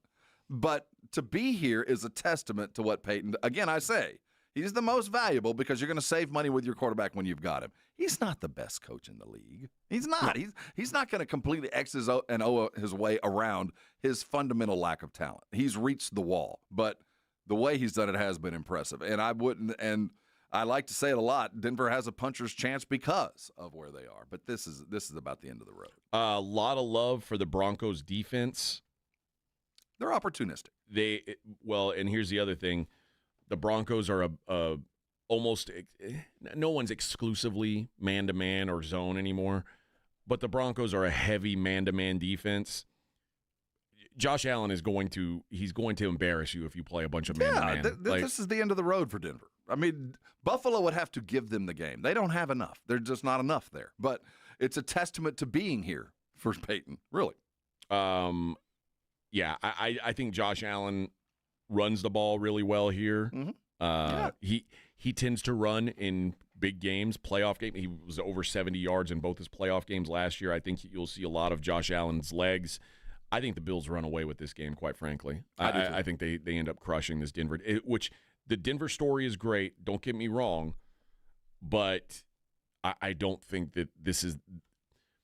What do you call still a it? What do rookie you call quarterback, the Peter principle? Is that what you call it? You get promoted to the level of your incompetence. The Broncos, God bless them, they were able to beat up on a bunch of schlubs and get to the playoffs. But against the good teams, they're not that level yet. No, they're not. And that's a testament to where Payton's gotten them. But let me tell you, if there's a stumble, Buffalo's got to be firing on all cylinders in 2 weeks. They have to be absolutely ready to take down anybody in 2 weeks. They don't have to be this week, and they probably won't have to be next week. Well, they're going to play the Ravens next week. I think this is a Buffalo team that is built to beat the Ravens. They are. They lost to them this year. I If know, they're built but to beat them, they better playoffs. figure it out. Hey, come on, Buffalo fan, take off your glasses. They're there. They're there. This is a team that they have to do it this year, and they should. The reason why I was cheering so hard for Denver against Kansas City is because I wanted the Bills to catch this Denver team instead of Cincinnati. Cincinnati has the thing that scares you. They've got a great quarterback. Yeah, lightning. Bo Nix he's had a great rookie year. I don't think Bo Nix is a great quarterback yet. I don't think Bo Nix is even close to a great quarterback yet. So the good news is he doesn't have to be with Payton. But no, he's a lot more on the bone for Nix to pick up. All right. We've got a couple more games to cover. That's the first game on Sunday. The Bills and the Broncos. That's a nooner on Sunday. Next segment, we will discuss Eagles-Packers, which is one of the more fascinating matchups this weekend, I think. And a lot of questions about health in that game, particularly. Jordan Love did get a full practice in yesterday, so that's something that was a concern. My concern with him was when I saw him flexing his hand, and I was like, okay, maybe he's got a sore wrist or something. And then they said it was an elbow injury. I was like, uh-oh, Jim Rome voice, uh-oh. But turns out it looks like it was just, a bruised elbow or something, and he's going to be okay. If they can't, while Love's important, they have to run the ball. If they can't get anything in first down, they're in deep doo-doo. Well, deep. And then on the other side, Jalen Hurts, we haven't seen. So what's Jalen Hurts look like? Lots of questions to be answered in that game. So we'll dig deep into that next. And then, of course, there's the Commanders-Bucks game, which is the Sunday night football. We've been waiting all day for Sunday night. I know you're excited for that one. Your boy Baker Mayfield in action. It's got to be a fun football. It might be the most fun of the weekend. It really might be. And then we'll also talk that Monday night game with the Vikings and the Rams, which, as we know now, will be in Glendale, Arizona. Beautiful. They've decided to move the game. Glendale. You want to know what's terrible? Yesterday I was talking about my son is supposed to play in a baseball tournament. That's still going off? No. I'm an idiot. I don't listen to my wife. That's in 2 weeks. Oh. She was like, "Oh yeah, we're leaving on Thursday night," and I was like, in my mind, I thought she meant this Thursday night, but no. She's like, then I asked her like, "Are you guys on the road?" And she's like, "What are you talking about? You're not in L.A. in the fire?" I'm an idiot. Yeah, that game's that's not for 2 weeks. So I think hopefully the fire's out by then. If not, we're in trouble. You're going to be on a field. The fire will have reached us by then. All right, halfway mark on a Friday. Morning Huddle on 94.1 San Antonio Sports Star.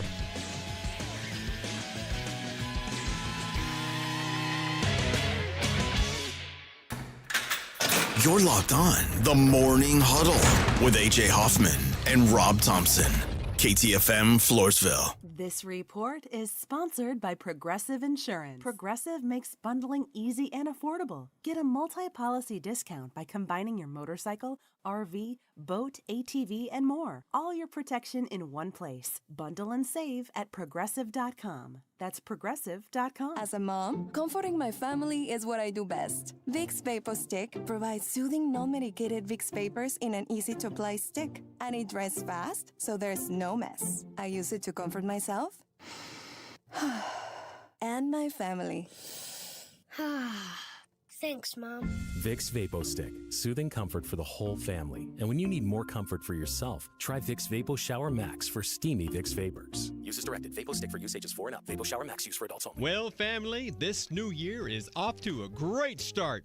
Everybody, how are those New Year's resolutions? Dear, my resolution is to cut my damaged hair and just start over. Dad, my resolution is to take better care of my skin. It's so dry. Ew. Pops, my New Year's resolution is to work out at the gym. Go up and drink a gallon of bottled water every day. My resolution is to take up skydiving. Mom, you're 96. Don't you make me get it. Family, my resolution is to replace all our appliances that have been destroyed over the years by hard water. Sounds like your family needs to start the new year off with installing a Connecticut water system and get a head start on all those resolutions. This guy's making sense. For a limited time, receive a free reverse osmosis drinking station at your kitchen sink. $400 off with trade-in and 0% interest for 12 months with approved credit. Don't wait. Offer ends soon. Call Connecticut of San Antonio and the Hill Country. The last water softener you'll ever own. ConnecticutSA.com.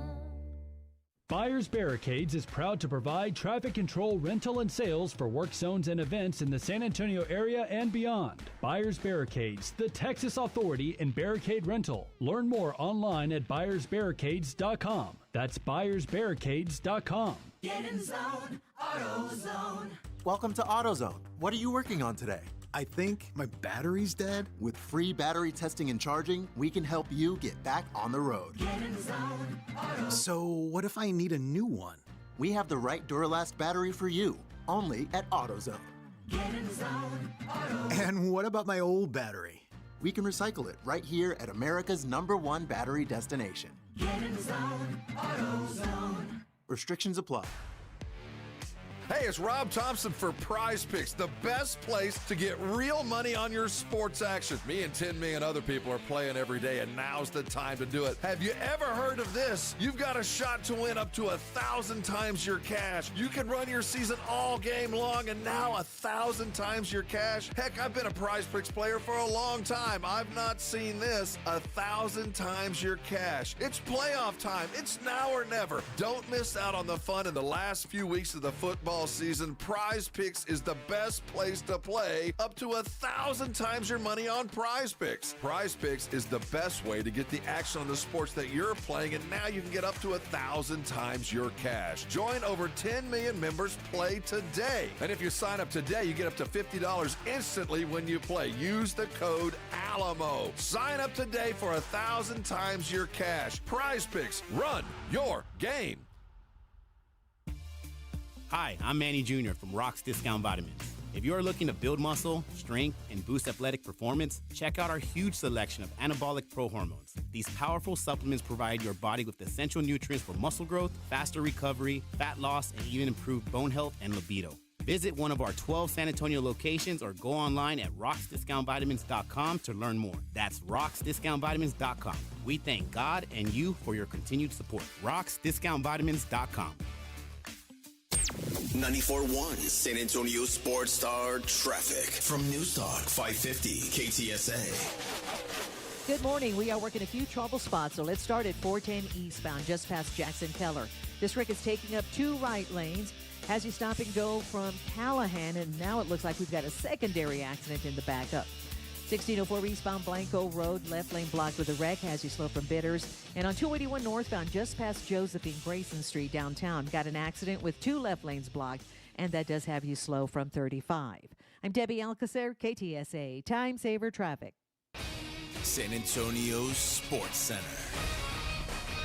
7th-seeded Notre Dame overcame a 7-point fourth-quarter deficit as Mitch Jeter booted a go-ahead 41-yard field goal with 7 seconds remaining to stun 6th-seeded Penn State 27-24 in an instant classic. Tonight, we hope for duplication as the Longhorns take on Ohio State at the Cotton Bowl Jerry World. Kickoff set for 6:30. Pitch it live right here. I'm Rob Thompson on 94.1 San Antonio Sports Star. From the studios of San Antonio Sports Star, reaching more sports fans than any station in South Texas. Welcome to the Morning Huddle with AJ Hoffman and Rob Thompson. This is 94.1 San Antonio Sports Star. Hey, here we go! 8 o'clock on the Morning Huddle. 94.1 on a Friday. Oh, yeah. You know, back in, I guess it was last March, April, when we finally put the framework of what the playoff was going to look like. We knew that we were going to have a December, January chock full of college playoff and NFL playoff all coming together. Well, here it is. We finally get what we made it. Dreamed of, and so far, so good, man. We should be on the cusp of the best football weekend ever. Yeah. How'd you decide on a turtleneck? What? A turtleneck. I have a cold neck. Not now. I've never seen you in a turtleneck. I'm a big proponent of the turtleneck and the scarf. I think if you keep your neck, your head, and your hands warm, we go back to the hunting. I have found over the years those your neck, your head, and your hands. Turtleneck. It helps. I didn't even notice it until just now. I'm hiding a hickey. Yeah. My wife got a little crazy last night. Good for you, man. Telling you, man, those pellets. Those pellets. She attacked me. Well, yeah. I was just laying there asleep. Yeah, but you she went all Nosferatu on me. No, with a pellet. Nosferatu. Yeah. Robert, I have woken from my slumber. I need to merge. That's a turn on. I need to merge my flesh with yours, Robert. You know what? That would work. Given. And then she sticks out her finger at you. Come on, baby, let's do this. All right. You want it? I'll go at it. We'll do it Romanian style. I will never love you. I don't need your Lather up in love. some bacon fat and let's get busy. I need your flesh. Would that work on you? Would you wake up to that and go, all right, baby. You need my flesh, do you? I mean, the shadow of her hand. At this point, anything. Well, she had the breathing down. Keep that breathing up, honey. Are you awake or turned on? I can't quite tell. Did you watch Nosferatu? Is that your Nosferatu impression? Or are you snoring? Are you? What? Oh, I thought you were done. Oh. No, I was still busy. Robert. I thought you were really turned on. No, you were asleep. Robert, fix the kitchen floor. Let's not even go there.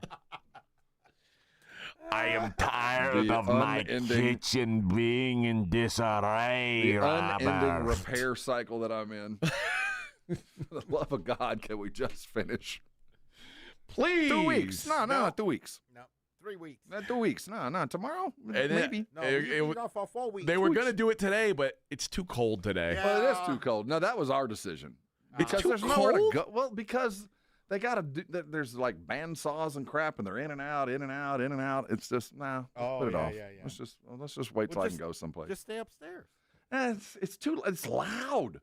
Oh. Loud. When do you think it's not going to be loud? Well, I don't want to be there. That's what Tomorrow I'm when you're talking watching about. football? I've made plans for tomorrow. Where are you going? I'm going to the Lost Maples. Where's the Lost Maples? So I can't find it. That's the problem. Yeah. They're lost. Somewhere up there in north of Wimberley. Okay, so this is your big date. This your is our first of 52. We spend the weekend. We spend a couple hours doing date movie kind of things. Oh. There's going to have to be like background music and hot chocolate and love making. If I do it right. There will be flesh, Robert. If at all, because we all know. If I drive to Wimberley on a date, yeah, I better get laid. So, I'll do the date movie stuff. There better be some wine there for you to drink. And all of the stuff that you would expect in a video montage, I'm going to try to do. Yeah. Packers-Eagles, Sunday at 3:30. They played in week 1. 34-29 was the score then. That was I think that's not what we expected back then. The Eagles defense right now is on a completely different level than it was early. Mm-hmm. I mean, their defense is incredible. And Jordan Love, who early in the season looked like, man, this guy is the next big thing, now looks kind of like a guy, and now. But he's enough. Okay. He's enough. I'm not saying he is a guy. He ain't the guy, but he's enough. We've seen enough of Jordan Love to know he's fully capable of winning a playoff game with his skills alone. This feels like the game last night felt to me before it started. Kind of. It felt like I think both these teams want to run the ball, and both these teams are pretty good at stopping the run. Mm-hmm. So but Philly's better at both those things. Yes. Yeah. This could be pretty rock fighty. I bet the under in the first half in this game. What is it? 23.5. Philly's been You're a little brave. Philly's been a slow starter all year on offense. They just do not get anything going in the first half. Then they kind of run away from things because they keep hammering you and eventually break through. I don't know what to expect from Green Bay without Christian Watson. Green Bay's entire offense is hand the ball to Josh Jacobs a couple times, and then when you draw the safety in, go over the top to Christian Watson and make him punish you with that deep ball. And now without him, I don't know what they do. Like they're going to have to do the same thing. Romeo Doubs doesn't scare me. Like, you know what I mean? Like, where do they? Wicks, Doubs, somebody. Those are made up deep. guys. I'm just they saying have, that they're going to have to. one good receiver, and now he's gone. Well, they've managed to find No, you're right. They do. They typically find guys, but they have to run the ball on first down. It's not just, if they do, everything will work. No, this is an absolute necessity. They have to pick up 4 yards on first down because that's when Love becomes effective. When there's the chance of moving him around and all that, and that goes back to the offensive structure of Green Bay. I don't know how they do it. They've managed to do it enough this year to where I think there's enough worry there. But let's be realistic. Green Bay is not fully staffed, fully manned, and things are going to have to go perfect. And I go, what does Green Bay have to do to win? Well, let's also consider we don't know how fully staffed Philadelphia is. I don't think they have to be. Jalen Hurts has to be right. And we haven't seen Jalen Hurts in a couple weeks. Does he have to be right or just able to hand the ball off and be the threat of being right? Green Bay's good enough at defense that on run defense that they have to have a threat. And AJ Brown missed practice yesterday. That's a concern. Vet days don't happen in the playoffs. You know what I mean? So that's worrisome. Is A.J. Brown healthy? Is Jalen Hurts seeing straight? I don't know. And so I don't. I'm just not worried about this game if I'm an Eagle. I feel like I've got enough. I'm treading water till next week. I just got to get out of here unscathed because I think Green Bay has to do too many things perfectly to win this game. And I don't think Philly has to be perfect to win it. It might not be pretty. It might not look like the portent of greatness coming like I think Baltimore is showing. But I think they've just got enough. I see it. It's funny. I do think Philly and Detroit and to a lesser extent Minnesota are kind of the top level teams. Mm-hmm. But Green Bay was right there with those teams all season long. But they're the least of all the ones that have been right there with them. I really do think it's one of those years. James Pledger, a couple years ago, we were looking at the NBA Finals, and we were talking about Boston if they do this, and then they do this, and they do that, and if that goes right, then they'll beat Golden State. But at some point you go, there's too many things that have to go well. There's just too many things you've got to do well. You might be able to run the ball on first down. That might be enough, but you don't got the wide receiver to make up for it on third and long. You might be able to stop them enough times, but can you stop Saquon Barkley 30 times? You might stop him 20 times, but that 21st is a 30-yard run. That 26 carry is suddenly a 70-yard run. Can you do it all game? I just don't think there's enough. I think it's possible. I think it's unlikely. Yeah, and they're the most likely of the unlikelies, but I just don't see it. And if there's I think Jordan Love is right there with Jaden Daniels as the quarterbacks who could really surprise me. Right. You'd have to. It's funny because there's some of these quarterbacks who I keep waiting on them to break through. Justin Herbert, like, when are you going to do it? But Jordan Love and Jaden Daniels are two guys who are early on in things, but if they did it, if they had games, they wouldn't shock me. Now, doing it against the Eagles is going to be tough. That's going to be tough, There's just so much. And the way that they can control the game with their running back, it could be some 3-0. Yeah. It really could. This could be an ugly game. But I like the Eagles. I think the Eagles get some separation as the game goes on. I think if you want to bet on the Packers, I would bet on the Packers in the first half. I think the Packers can hang around for a while, but I think eventually they get worn down. The Eagles get some separation, and give me the Eagles to win, like, I don't know, 20-10 or something like that. Really? You'd think it's going to be that low scoring? I do. I think Barkley alone's worth 14. See, I Green Bay I really respect what they can do against the run. I think they're and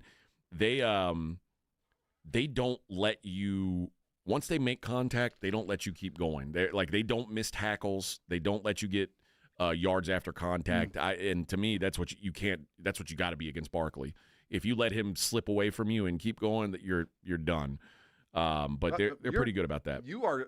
This is a testament to LaFleur. The way you're talking, it really is. It's a testament because their sum is better than their parts.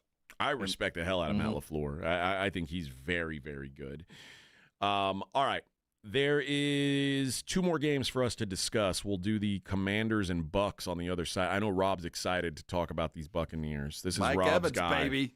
This is Rob's squad. We'll see if he thinks he's on the right side of things. We'll do that next. It's the Morning Huddle on 94.1. I got to tell you about Carbach. That's where I'm going to be guzzling some Carbach this weekend while I'm watching football. What I like during the weather like this, Rob, I like to sit in my apartment. I'm not going anywhere. I'm locking myself in, and I'm just going to drink Carbach tonight. That's my move. I did it last night. I'm doing it again tonight. Sounds like I need to hire some kind of mental health expert to stop by. No. I don't want to go out in the cold and the rain. I want to sit in my apartment and drink beer and watch the football game tonight, and that's what I'm going to do. I've got me a sixer of Crawford Bach. I'm going to sit there. I'm going to crack I'm going to try. My goal is to drink 4 of them. At once? No, my goal is to not drink 6 of them. That's like, I don't want to drink all 6 in one night because because then you'd have to call somebody on me. But I want to drink 4. That's my goal during the Texas-Ohio State game. But guys, you can get Carbach all over the city. H-E-B, liquor stores, obviously. But if you are the kind of guy who wants to go out to a bar and drink a beer and watch the game tonight, they're going to have Carbach at your bar more than likely. Just ask them. You got the Hopadillo, you got the Love Street, do you have a Crawford Bach? They got something for everybody. So when you're out and about watching the football this weekend, make sure you do it with a Carbach. South Texas, get ready for the ultimate sports talk experience. The one and only Rich Eisen is on 94.1 San Antonio's Sports Star. Every weekday, noon to 2 p.m. With over 20 years of NFL experience, Rich Eisen brings breaking stories, expert analysis, and exclusive interviews with sports legends to your airwaves with unmatched wit, insight, and passion. Catch all the action every weekday, noon to 2 p.m. The Rich Eisen Show, only on 94.1 San Antonio's Sports Star.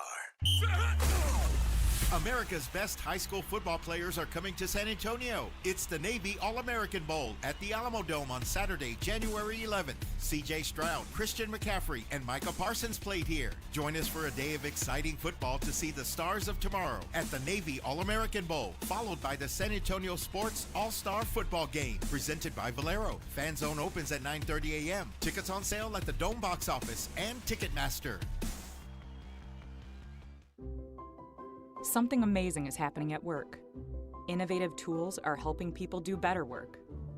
That's because CDW configuration specialists are multiplying productivity with Microsoft Windows 11 Pro Surface devices. Built-in security, flexibility, and simplified management streamline tasks so your team can get more done. Microsoft and CDW make amazing happen. Learn more at cdw.com/surface. Are you annoyingly inattentive? Do you watch a movie and then ask a zillion questions because you weren't paying attention? Do people ask, how do you sleep at night? Then you should get a mattress from Mattress Firm.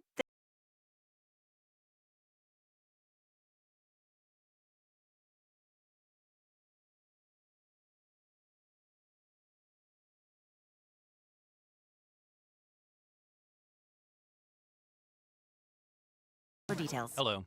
My name is Jason Thompson. I'm an attorney here in San Antonio, and since 1994, I've been representing people and families seriously injured by negligent drivers. Recently, we've all seen advertisements from attorneys here in San Antonio saying their firm does not get paid an attorney fee unless there's a recovery. And maybe you've heard, we don't get paid unless you get paid, or words to that effect. Well, that is what I've been doing for more than 30 years. I honestly did not know that there were attorneys in San Antonio that would represent an injured client and charge a fee if there was no recovery. You see, I practice law with basic principles, one of which is you never need an excuse to do the right thing. If you or a family member has been injured in a vehicle collision, including a commercial or business vehicle, an 18-wheeler, call me. The phone call and consultation is free. If you hire me, I will not get a fee unless there is a recovery. And this has been true for me and my firm for more than 30 years. My number, 210-900-0400, that's 210-900-0400, or check out my website, alawyerforus.com. Drivers who switch and save with Progressive could save hundreds. With that kind of money, you could go big time and skip the regular line at the airport and pay for speedy security. Imagine not having to quickly unpack and pack at the place you already came packed to. And wearing your shoes the whole time you're there? You can't put a price on that kind of luxury. Well, actually you can, and you paid for it. Switch to Progressive and you could save big time for speedy security. Progressive Casualty Insurance Company and affiliates, not available in all states. Potential savings will vary. Joel, I've invented the perfect exercise machine. It's practical, efficient, and fits in any home. I give you the Row and Go. Ta-da! It's a rowing machine that connects to your toilet, so you can row and... Stop. Folks, at Quarter Moon Plumbing, Heat, and AC will help homes stay in tip-top shape. Call Quarter Moon 651-5899. Quarter Moon Plumbing, Heat, and AC, 210-651-5899. License number M16004, TACLA 141074E. When I wake up The best mornings in the morning light, start with Wrangler. I pull on my jeans and I feel alright. Jeans, jackets, and shirts that get your day started.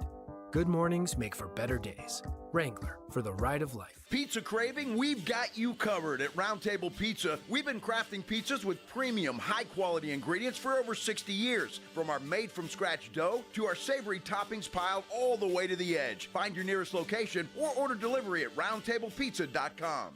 It's The Blitz with Jason and Joe. Afternoons at 2. Coming up on The Blitz, we are live out at Pop Stroke, and we've got a lot to talk about. Yeah, we'll get you ready for Texas, Ohio State in the Cotton Bowl tonight. And we'll talk about the Cowboys and everything that's going on with John Machota from The Athletic. It's a special Flight Friday with our friends from Flight by Yingling, live out of Pop Stroke. The Blitz starts at 2. The Blitz with Jason and Joe. Afternoons at 2 on 94.1 San Antonio Sports Star.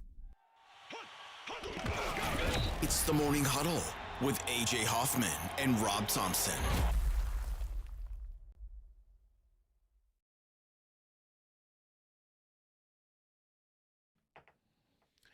It's warm in here.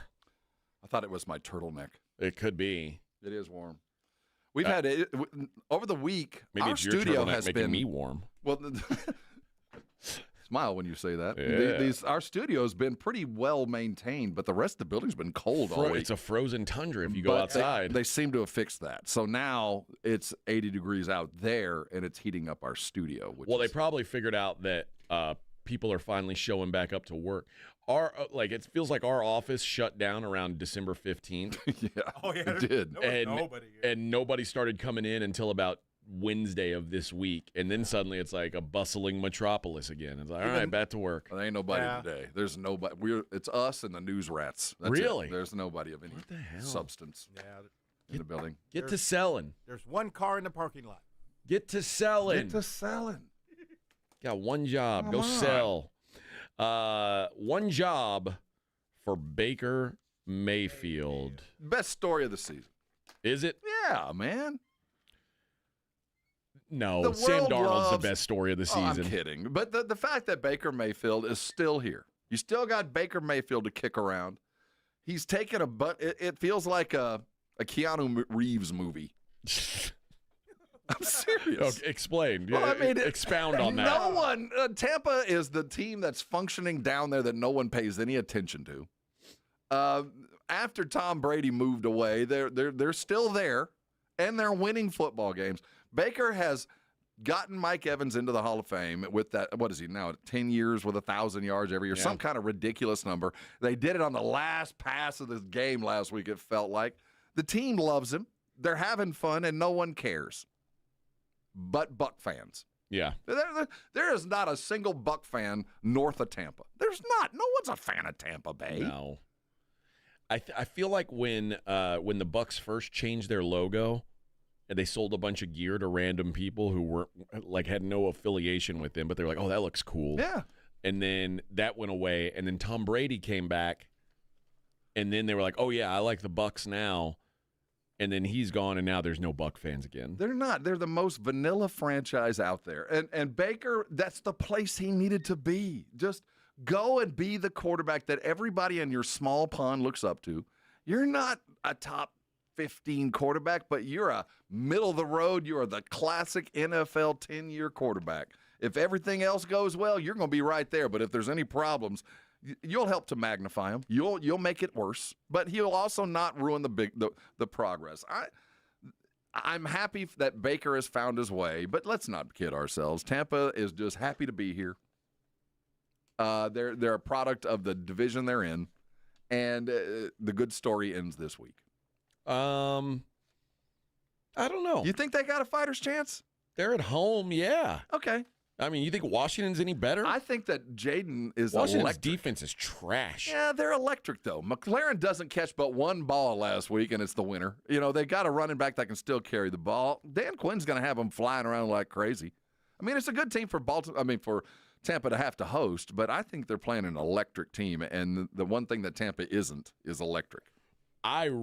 So here's what I think that if Marshawn Lattimore comes back, the matchup with him and Mike Evans is awesome. Mm-hmm. First of all, Is he coming back? I don't know. Yeah, better. Yeah, they need him, but I think if Tampa's going to win this game, they have to run the ball, and Bucky Irvin has been a bit of a revelation. Pretty solid, man. He's a lot better than I thought he was, and the Commanders can't stop the run. Like Bucky Irvin needs to just go, and I think that he will have some success. I hope they win this game. It would be the if the mantra is you need a quarterback that doesn't make mistakes, and you go into the game and just play your game plan and don't do anything more than you're supposed to do. That's Tampa. Don't do anything more than you're supposed to do, and you might have a chance. But I feel like Washington is rolling. I mean, that win last week was, I know it's the Cowboys and yada, yada. That meant something. It mattered. Dan Quinn coming home, doing what they did, that offense is electric. And I think there's enough lightning there to kind of get ahead of Tampa and kind of stay ahead of them. Tampa's offense, this is a stat from The Athletic. I like to give credit where it's due, theathletic.com. Tampa is the only offense since the year 2000 to meet these four metrics: 28 points per game, 6 yards per play, 65% red zone touchdown rate, 50% third down conversion rate. They're the only team since 2000 to hit on all four of those things, which are four of the most important things. Every OC at the beginning of the season has the plan to meet all those four things. You know, like if everything goes great, we're going to do this, this, and that. And if we do that, we're going to win 13 football games. Yeah. You know? That is a crazy number. Who'd have thought that Tampa was the team? That makes no sense to me. Squad was capable of that. Yeah, I generally think Bowles is a dope, and he this is a hell of a season. Now, again, someone had to win that crummy ass division. Yeah. You know, let's not go crazy. But I will say this: that Liam Cohen, the guy that they've got OC'ing and has kind of revitalized Baker. He's going to get himself a head coaching job off of this. Like he should, but not yet. But eventually, yeah. So it's funny because the Bucs, I think the Bucs want to run. Washington sucks against the run. The Commanders want to throw. They've basically given up on running the ball. They're like, we don't run. That's not our game. Well, one of the backs got hurt, right? They're down to one. But Robinson's like, yeah, he's a good back. He's their best back, and they're like, you just stand over there and look good. And the Bucs are banged up in the secondary. Bryce Hall's been on IR. Troy Hill's on IR. And Jordan Whitehead got into a car wreck. Antoine Winfield hasn't played since week 14. We don't know if we're going to see him. I don't know if Jamel Dean's going to play. Everybody who plays in the secondary for Tampa is questionable, and they already stink against the pass. I think it's going to be a shootout. I think we're going to see a whole bunch of points. I hope so. I think it should be a fun football game. I'm not sure what Tampa's got, but I'm happy for where they are. And the good story would be for Washington to go forward. It'd be a good story. It's funny. I mean, I know there's a bunch of Cowboys fans here, and they don't think anything positive for Washington is a good story. But for Washington to be where they are is pretty impressive. Respect, yeah. Like, this is a hell of a turnaround. You know, I talked about what Denver's expectations were preseason. Washington's were even lower. And, you know, they've been, quite frankly, a revelation. Now, I think their ceiling is certainly capped. Yeah, we're about there. But we needed a brand new spark in the world, and Jaden provided it. We got one more quarterback to look forward to next year that's going to, do good things and elevate his team. And he's done that this year. The book is about written. Dan Quinn had the best first year you could possibly dreamed of. This is literally cherry on top of what is a fantastic Sunday for really both teams. Both of them should be very happy no matter what happens. Neither one of them had high expectation. They had hope. They had dreams, and both of them were realized. Both of them good stories. I think from there's not a lot of star power in this game. No. It's not sexy at all. And the teams themselves, like the brand names aren't sexy. But I think this is going to be a fun football game. Maybe Jaden elevates. Maybe that's the thing that comes out of this is Jaden now is not only just a regular season, but he's proven in the playoffs that he can do what, quite frankly, C.J. Stroud couldn't last year. And the stories are very much the same. They feel very much alike. Monday Night Football, Vikings and Rams. And this is now going to be played in Arizona. This is such an interesting game to me. This is going to be the most professional of the games. I expect the fewest mistakes in this game. Certainly going to be one of the best. This is the best. I'm trying to see. Let me look if there's a better coaching matchup than McVay and O'Connell. Well, I mean, we could look at Pittsburgh. I mean, we got some legends going at each other. But as far as think two these teams, are the two best. This is the best coaching matchup that are in my mind. functioning at the highest level that I expect. The game will be won by someone. It won't be lost by another team. You know what I mean? They're going to go. Whoever wins this game is going to go out and get it. I think that the real question we have to ask ourselves is what we saw last week of the Minnesota Vikings. Was that a one-off? Is that something that the Vikings did specifically, or was that the Vikings offense finally coming to grips with the fact that Sam Darnold is their quarterback? You just wrote the column that should be published. Was this all real? Is Darnold for real? But this was all building to this, because if they lose 2 straight and they go home, the narrative will be Darnold is about, that was the best Sam Darnold we're ever going to be there. I mean, 2 weeks ago, remember they were carrying him in the locker room. And then last week he had his worst game of the season. Mm-hmm. Granted, it was against the 15-2 Lions. It's a good team, but it was a really bad time. I'm rooting for him. I am too. Mm-hmm. Although I don't know about the Vikings, but I'm rooting for him. Yeah, I am too. I want to see him do well. That was a pathetic showing last week, though. He needs to not end what otherwise would be looked at as a great season. Right now. That's what he's going to be remembered for, which is really unfortunate. Mm-hmm. Now, obviously, I think you got to give some credit to Detroit there defensively. They are they're beat up on defense. They're really well coached on defense, though. Aaron Glenn's really good. I saw that he passed on the Patriots interview. I would have to. Why? First of all, now is not the time to even talk about it. I don't want to even bring it up. He's interviewing with 5 other teams. I know. I think he's going to stay right where he is. I think it's because they fired Gerard Mayo. He's like, I don't want to deal with it. I think there's that, but this is not the time to even be mentioned with another job. Well, he's going to be interviewing on Saturday. I think a bunch of jobs. I don't like that. But the Rams, they played each other earlier this year, and this was.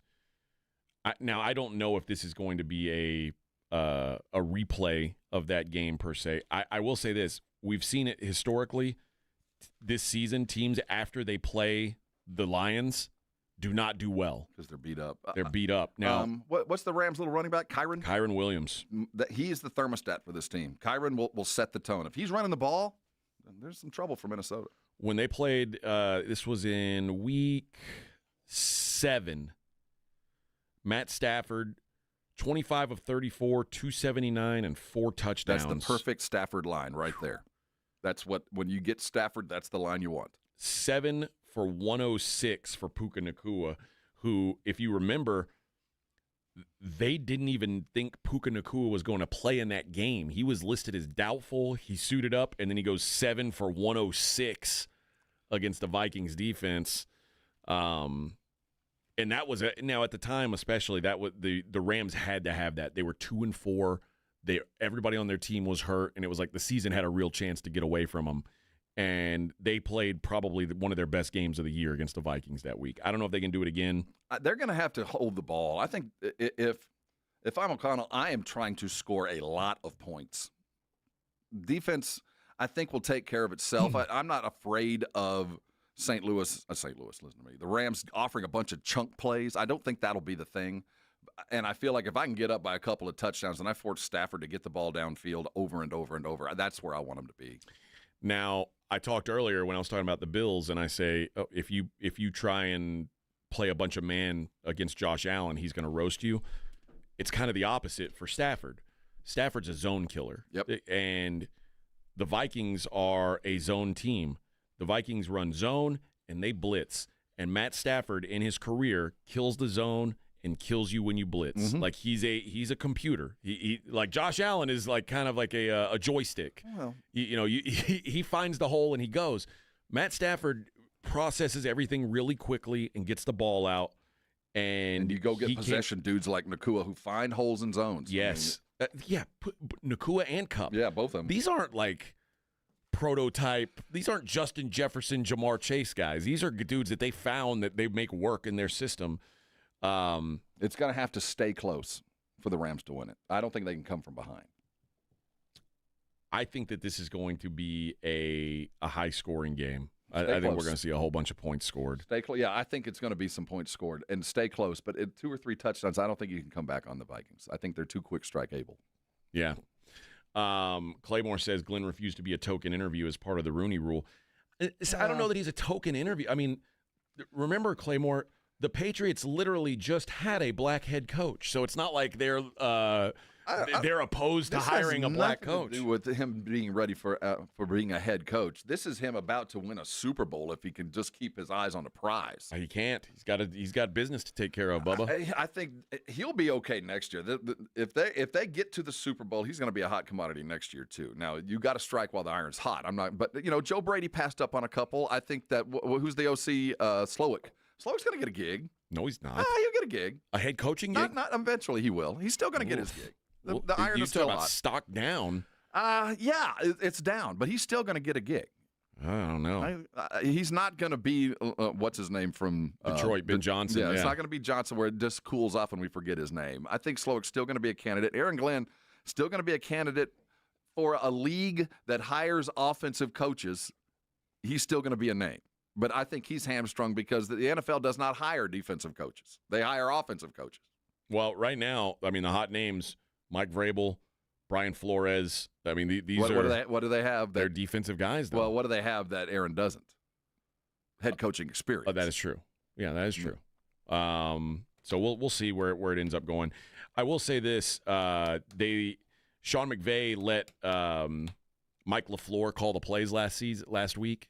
He said that McVay said that he wanted to. I hadn't heard this. Yeah, so last week, Sean McVay said, I want to focus on being ready for the playoffs. So he gave up play calling duties last week so he could be ready for this game. Like I think we're going to see some. Who'd the Rams play? Who did they play last week? They played the Seahawks. Remember, it was a game that didn't really matter. Did he say ahead of time, no, this is all on my assistant this week. Yeah. He said, I'm giving you you're in charge, bro. Go not get that it worried done. about Seattle. I'm going to go ahead and focus on. Well, that game didn't matter. Remember, like they were already locked into their spot. I don't think I've ever heard of that. Yeah, so a coach going, I'm out on this week. I'm going to focus on next big picture stuff. Yeah, I'm focused on the playoffs. I got playoff games to win. I don't care about this one. I appreciate that. I do too. I think we're going to see some cool stuff on offense from the Rams. I think we're going to see a bunch of points here. Shootout. Oh man, it would be so poor Viking fan. This is the James Franklin of fandom. If they go down now, after losing last week, could have gotten the bye and everything would have been perfect. They get beaten, a lackluster performance, and then the next week they get beaten, they're done. After a ridiculous Coach of the Year, best of every kind of awards kind of season, and they're done. The Rams are 25th in DVOA against the pass. They are 29th in DVOA against deep balls. Jefferson and Addison both. I'm open. Yeah. I'm open. But can my guy, Wreck-It Ralph, Sam Darnold, can he do something with it? That is the big question. So far, narratives have held true. Can somebody flip that? Well, I guess Marcus flipped the narrative as far as can Domers flip it. Everything else is held true. Let's see if they can flip it in Minnesota. Can they get past? Yeah, what a coaching matchup here between O'Connell and Sean McVay. I think two of my five favorite coaches in the NFL. This is going to be awesome. All right, let's hit a break. We'll wrap up the 8 o'clock hour. Maybe, you know what? We might talk a little basketball. How about that? It is the Morning Huddle on 94.1 San Antonio Sports Star. 94.1 San Antonio Sports Star traffic from News Talk 550 KTSA. Good morning. A very serious accident, 410 eastbound just past Jackson Keller. We still have 2 right lanes blocked. It's a 15-minute delay. That has you slow from right around Evers. The on-ramp is blocked as well. Did clear the wreck at 1604 eastbound at Blanco Road, and the crash at 281 northbound just past Josephine downtown. That is cleared as well. I'm Debbie Alcacer, KTSA Time Saver Traffic. South Texas.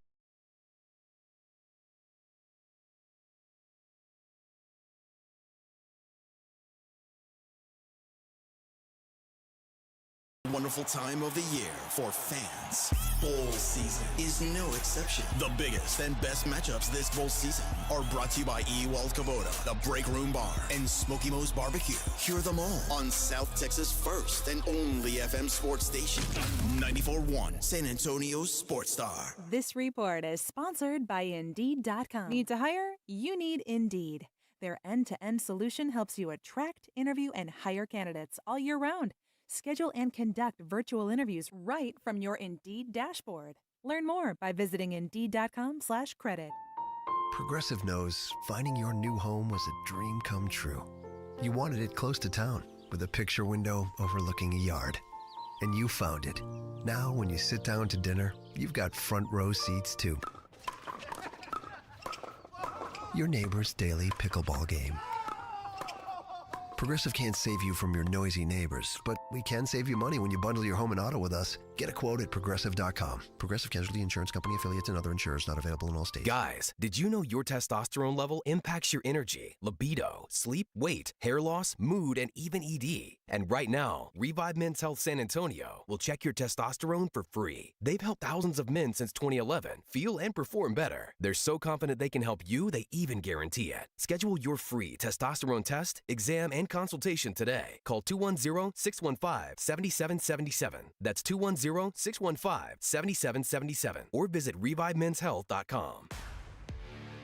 Hey, it's Rob Thompson for Prize Picks, the best place to get real money on your sports action. Me and 10 million other people are playing every day, and now's the time to do it. Have you ever heard of this? You've got a shot to win up to 1,000 times your cash. You can run your season all game long, and now 1,000 times your cash. Heck, I've been a Prize Picks player for a long time. I've not seen this. 1,000 times your cash. It's playoff time. It's now or never. Don't miss out on the fun in the last few weeks of the football season. Prize Picks is the best place to play. Up to 1,000 times your money on Prize Picks. Prize Picks is the best way to get the action on the sports that you're playing, and now you can get up to 1,000 times your cash. Join over 10 million members. Play today. And if you sign up today, you get up to $50 instantly when you play. Use the code ALAMO. Sign up today for 1,000 times your cash. Prize Picks. Run your game. Don't let pain hold you back from living your best life. I'm Dr. Jason Garrett with Arasti. At Arasti, we're dedicated to providing fast, effective relief from pain. Whether you've been dealing with a chronic discomfort for years or have recently suffered an injury, our goal is to help you recover quickly. Our treatment is all natural, non-invasive, and covered by most insurance plans. With convenient locations nearby, relief is just a call away. Visit Arasti.com. That's AIRROSTI.com. Arasti, we fix pain fast. Flight by Yingling is the next generation of light beer. For those who don't follow trends, but craft them. Flight by Yingling is 12 ounces of uncompromised refreshment from America's oldest brewery. With only 2.6 grams of carbs and 95 calories, this is premium refreshment 6 generations in the making. Don't just raise a glass, raise the bar. Flight by Yingling. Available wherever beer is sold. DG Yingling and Son Incorporated, Pottsville, Pennsylvania. Please enjoy responsibly. The John Clay Wolf Show. Here's what's going on in the Wolf Pack. I got a little drunk the other night and went to my neighbor's house to see my dog that I gave him. What? Hold on. You gave it away? Yeah. The dog's going to miss you and think you're coming to pick it up, and then he's going to be sad. You're turning the dog's life into a Supreme song, man. He's like, set me free, why don't you, babe? You just keep me hanging on. The John Clay Wolf Show. Catch the John Clay Wolf Show Saturdays from 9 a.m. to noon right here on San Antonio Sports Star. Is health or fitness a goal this year? Great news. The King of Paddle has arrived in San Antonio with 8 pickleball and 6 paddle courts. Their indoor facility suits all skill levels from beginners to seasoned players. Mark your calendar for their January 18th and 19th winter tournament. Find details at thekingofpaddle.com or at the King of Paddle SA on social media. Visit their new downtown location at 314 Nolan Street or check out the new King of Paddle facility with us this Thursday as we broadcast the Blitz live from 2 to 6. Drivers who switch and save with Progressive could save hundreds. With that kind of money, you could go big time and skip the regular line at the airport and pay for speedy security. Imagine not having to quickly unpack and pack at the place you already came packed to. And wearing your shoes the whole time you're there? You can't put a price on that kind of luxury. Well, actually you can, and you paid for it. Switch to Progressive and you could save big time for speedy security. Progressive Casualty Insurance Company and affiliates, not available in all states. Potential savings will vary. It's the Morning Huddle with AJ Hoffman and Rob Thompson on 94.1 San Antonio's Sports Star.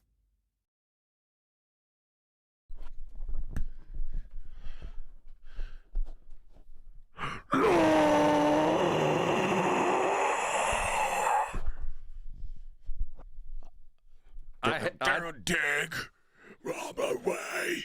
Come today, everything that I am, rearranging dig. You don't know this one, Rob?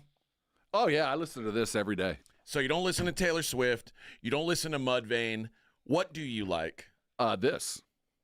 I like guys that are barking, that just growl. That's a beautiful thing. With face paint. Look at the do we video, have face Rob. paint, too? Who is this? Yeah, Mudvayne. Yeah, the name of the band is Mudvayne? Yeah. Yeah. The song's called Dig. Dig. One of my favorite. Rearranging dig. Yeah, look at the video. You It'll listen freak to you out. this. You got to go to church. As soon as you're done with this, you got to go to church. Now, we listened to this on the way home from church. Ah, love it. Wow, man. Yeah. I love it. Morning Huddle 94.1 as we wrap up the 8 o'clock hour here on a football Friday. But there's always room for a little bit of hoop talk. If the game gets boring tonight at 9:30, Spurs, Lakers, 3-game losing skid.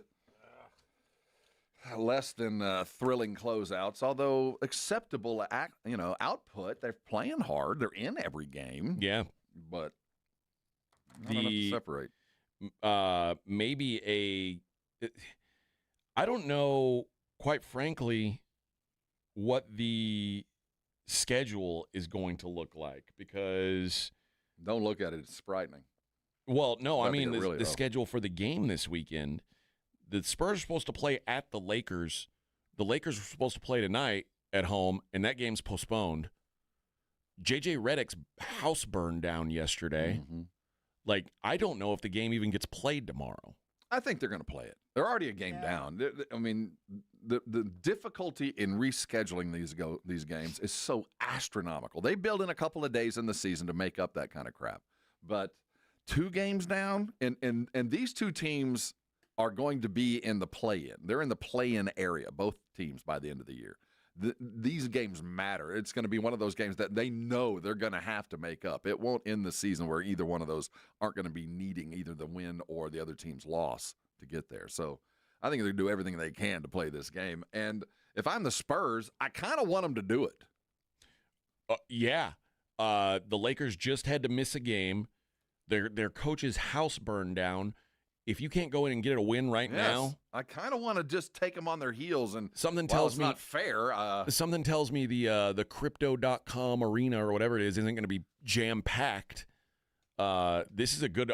I mean, it sounds terrible, but it's a good opportunity to steal a road win against a team that's got other things on their mind right now. And the matchups are. This is one, if there wasn't the fires and all that, we'd be looking at Wemby and Davis going at each other. Those are two guys. The stats, Davis is having another year, playing well. The Lakers are 6th seed and looking like they're going to be a difficult out. They're not going to win it all, but I wouldn't want to play them in the playoffs as they sit right now. The trade was done. We saw LeBron throw a dunk down, looked like he was 25 this week. This is a game that the Spurs, if they'd have won the previous 3 games, I think we'd have been really excited about this game. Now, it's not a must-win, but my goodness, at some point we need a road win. 6 wins on the road is not the formula for playoff success, and this is a team that should be better than that. Well, and you've also had the Lakers in this building twice this year and lost both of those games.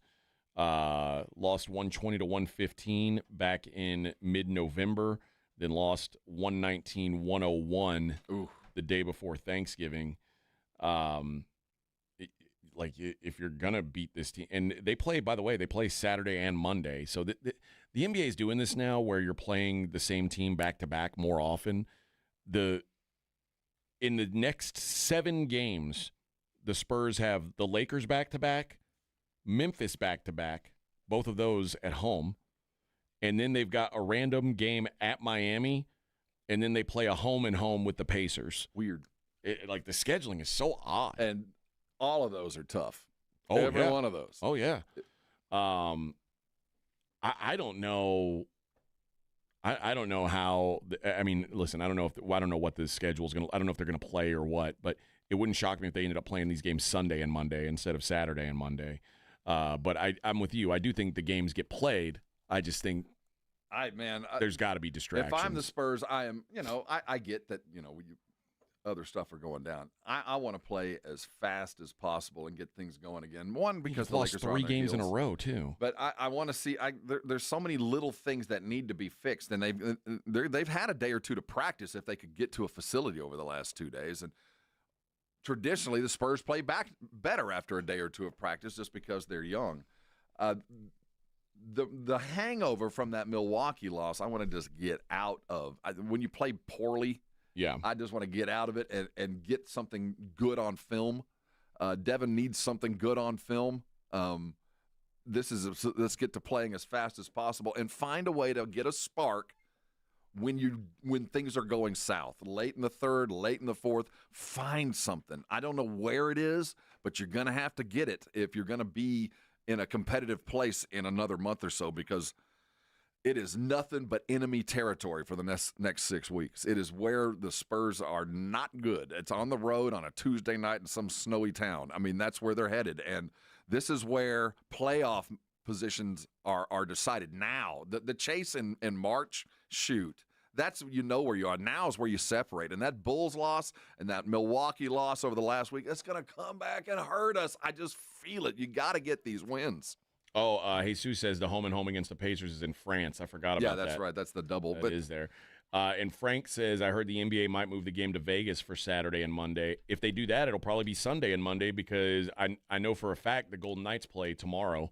Yeah, so they're not gonna give up their building for a home date. So they would have to play Sunday and Monday then. So or in the Thomas and Mack, but they ain't gonna do that. They ain't gonna do that. That's. No, for the Lakers, I'm just saying, there's no way. It's just so difficult to reschedule a game on short note. And now, I mean, Vegas can do it, but like I said, they'd more likely do Sunday and Monday at T-Mobile. I'd forgotten about this little Paris sojourn that the Spurs are headed. Yeah, I forgot about it too. But yeah, good opportunity for the NBA, I guess, to showcase the Spurs their are guy. about to be front and center to the world. They're going to be the highlight of the NBA's package for the next couple of weeks as they head over. The last time the Spurs, this is just the second time this year the Spurs have lost 3 in a row, and the last time they lost 3 in a row, it was the 3 game. It might be the 3 worst games they played all season. Remember, it was Phoenix, Chicago, and Sacramento.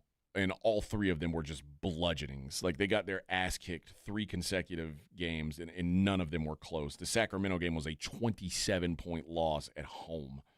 But when the last time they lost 3 games in a row, they won 4 of their next 5. So maybe this is a chance. Now, the schedule then was New Orleans, Portland, Atlanta, Portland. Those were the wins. So it's not going to be that easy, but it would be nice to see them bounce back from this and not fall into a rut, because it feels like with the schedule going the way it is, the Spurs now sitting a game below 500, this thing could get away from them in a hurry if they don't start playing a lot better. And you can't waste the games. Chris Paul's the game against Milwaukee, he played so well. And I felt like, You can't waste that. Keldon had a good game, too. He was the spark that you wanted, and you waste those games. Because Chris Paul's so old, you're not going to have healthy, good legs all the time. And as further we get into the season. And hell, I don't even know if we're going to have Chris Paul at the end of the season. He could be trade bait now. You lose 3-4 more in a row. Like, what's the point? And suddenly he gets tired of being the coach on the floor and on the bench, which that's another discussion. But you can't waste those kind of games. And if Devin can get back in the rhythm and Jeremy gets on the court, I like tonight, but I don't like tonight with the matchup of Anthony Davis versus Victor Wembanyama. I don't like that matchup because Wemby's going to have to do too much, and Wemby's not going to have to and Anthony Davis just got to be himself. That's not the kind of formula for the Spurs. When we look our best, you don't need a lot from two other dudes, but you need two other dudes with Wemby to go get it. And one of the fallouts has been a little bit of Chris, a lot of Keldon, a little bit of Wemby hadn't been enough. It just isn't. Devin's got to be at his best, and Wemby's got to be at his best for us to play our best. It's unfortunate, but that's where we are. Well, in this 3-game losing streak, Victor Wembanyama has shot 8 of 29 from 3. That's is good for 27%. Wow. That is not good when you're shooting 33s over a 3-game span. When you're winning, it's appropriate shot taking. When you're losing, it is I don't know how you define when you're losing and you're taking those same shots. I don't blame Wemby. I don't. I blame the staff for allowing it to get there. Well, like you said, that's the conundrum, right? How do you tell them this isn't how you play? Well, the thing is, that is how you play, but it shouldn't be. And you continue to foster something that, yes, that's part of the plan, but what was the number again? 8 for what? 8 for 29. If I'm on his team, you look at that man. Like, I would let him know, hey, in American math, that's 27%. I don't know how you guys do it over in Paris, but here, that ain't no good, Bubba. Wow. Last hour coming up with the Morning Huddle, 94.1 San Antonio Sports Star. This is 94.1 San Antonio Sports Star. 6 for 6, and the Aggies have the lead.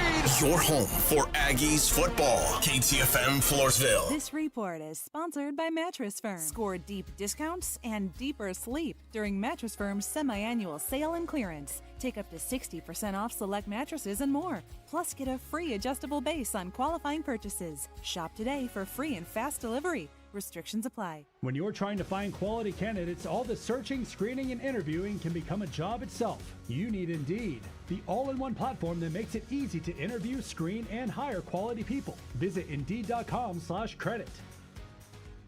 George gets justice. Hurt in a wreck? Get George. Hit by an 18-wheeler or commercial truck? Get George. Injured at work? Get George. When you're dealing with personal injury, you need to get George because George gets justice. I'm George Salinas, and my San Antonio-based firm has been recognized across the state of Texas and the United States. Call George Salinas Injury Lawyers today at 210-225-0909 or visit getgeorge.com. George gets justice. GetGeorge.com. Former CIA officer Jason Hansen here. As someone who's dedicated my life to protecting people, I know the importance of guarding what matters most. Right now, with global instability and the dollar's declining value, that means securing your financial assets with gold. For me, I trust Advantage Gold with my own investments. Give them a call at 800-900-8000 for a 100% free gold guide. Again, call Advantage Gold now at 800-900-8000 today. Paid for by Advantage Gold. Performance may vary. Past performance is not indicative of future results. Always consult your financial and tax professional. Hi, everybody. Joe Reinagle here for the Golf Club of Texas. I absolutely love the Golf Club of Texas. They've made so many improvements to the golf course, from brand new cart paths to resodding the greens and fairways. You might think it's a private club, but it's not. It's open to the public 7 days a week. Best rates are always online at golfclubtexas.com. That's golfclubtexas.com. The Golf Club of Texas, you know where it is, right there off Briggs Ranch Road off Highway 90. The Golf Club of Texas is the friendliest golf course in Texas. Hey guys, it's AJ Hoffman from the Morning Huddle. If you're looking for a place to play some cards, have I got one for you. SA Card House, located just off 281 at Bitters, is the best card house in San Antonio. It's a great environment, great for all skill levels, and guys, you are going to love the food and bar that's attached. Foster's Bar and Grill, they do not mess around. Go by, check them out, or check them out online at sacardhouse.com. They're open 7 days a week. Stop in, maybe I'll see you at the tables. So this new dose is, well, nope, that's not it. The price is nowhere to be found. Mr. Green? Hi, it's all good. We've got this. This is not just help from a Walgreens pharmacist. Oh, new prescriptions. Cool. Let me check to see if these are the lowest cost options covered by your Medicare plan. Oh, that's great. Thank you. This is someone supporting you every step of the way. Chat with a pharmacist today to find help saving. This is the human kind of help. Walgreens. Through the holidays, you may have thought, one day soon, I'll get back to all the things I put off for the holidays. Well, one day soon is here, and so is Macy's One Day Sale, with specials on everything you want and need right now, like 25 to 40% off active gear from Adidas, Reebok, and the North Face. With deals this good, you can treat yourself to this, that, and anything else you've been eyeing. It's time to seize your one day soon, because this one day sale is going on now at Macy's. Savings off already reduced prices. Exclusions apply. Okay, I have to tell you, I was just looking on eBay where I go for all kinds of things I love, and there it was. That hologram trading card. One of the rarest. The last one I needed for my set. Shiny like the Designer handbag of my dreams. One of a kind. eBay had it, and now everyone's asking, ooh, where'd you get your windshield wipers? eBay has all the parts that fit my car. No more annoying. Just beautiful. Whatever you love, find it on eBay. eBay. Things people love. I've just been feeling so sluggish lately. You should try the Metamucil 2-week challenge. The Metamucil 2-week challenge? Yeah, Metamucil 4-in-1 fiber helps trap and remove the waste that weighs you down. Start your daily routine now, and in 2 weeks, you could be feeling great. Well, it's been 2 weeks. How you feeling? Lighter and feeling great. If you want to feel lighter by promoting digestive health, sign up to take the 2-week challenge at Metamucil.com. These statements have not been evaluated by the Food and Drug Administration. This product is not intended to diagnose, treat, cure, or prevent any disease. Whoa, it's you, the Capital One Bank guy. That's what they call me. Mind if I get a selfie? Yeah, sure thing. Say no fees or minimums on your Capital One checking account. Wow, that's a keeper. So, where are you heading? I'm off to spread the good news that Capital One helps people keep more money in their wallet with no overdraft fees. Oh, you're the best Capital One Bank guy. Hey, mind if I get a selfie? Sure. Say, Capital One, what's in your wallet? Terms apply. See CapitalOne.com/bank for details. Capital One N.A. member FDIC. 94.1 San Antonio Sports Star Traffic from News Talk 550 KTSA. Good morning. A very serious accident 410 eastbound just past Jackson Keller. We still have 2 right lanes blocked. It's a 15-minute delay. That has you slow from right around Evers. The on-ramp is blocked as well. Did clear the wreck at 1604 eastbound at Blanco Road, and the crash at 281 northbound just past Josephine downtown. That is cleared as well. I'm Debbie Alcacer, KTSA Time Saver Traffic. San Antonio Sports Center. 7th-seeded Notre Dame overcame a 7-point fourth-quarter deficit as Mitch Jeter booted a go-ahead 41-yard field goal with 7 seconds remaining to stun 6th-seeded Penn State 27-24 in an instant classic. Tonight, we hope for duplication as the Longhorns take on Ohio State at the Cotton Bowl, Jerry World. Kickoff set for 6:30. Catch it live right here. I'm Rob Thompson on 94.1 San Antonio Sports Star.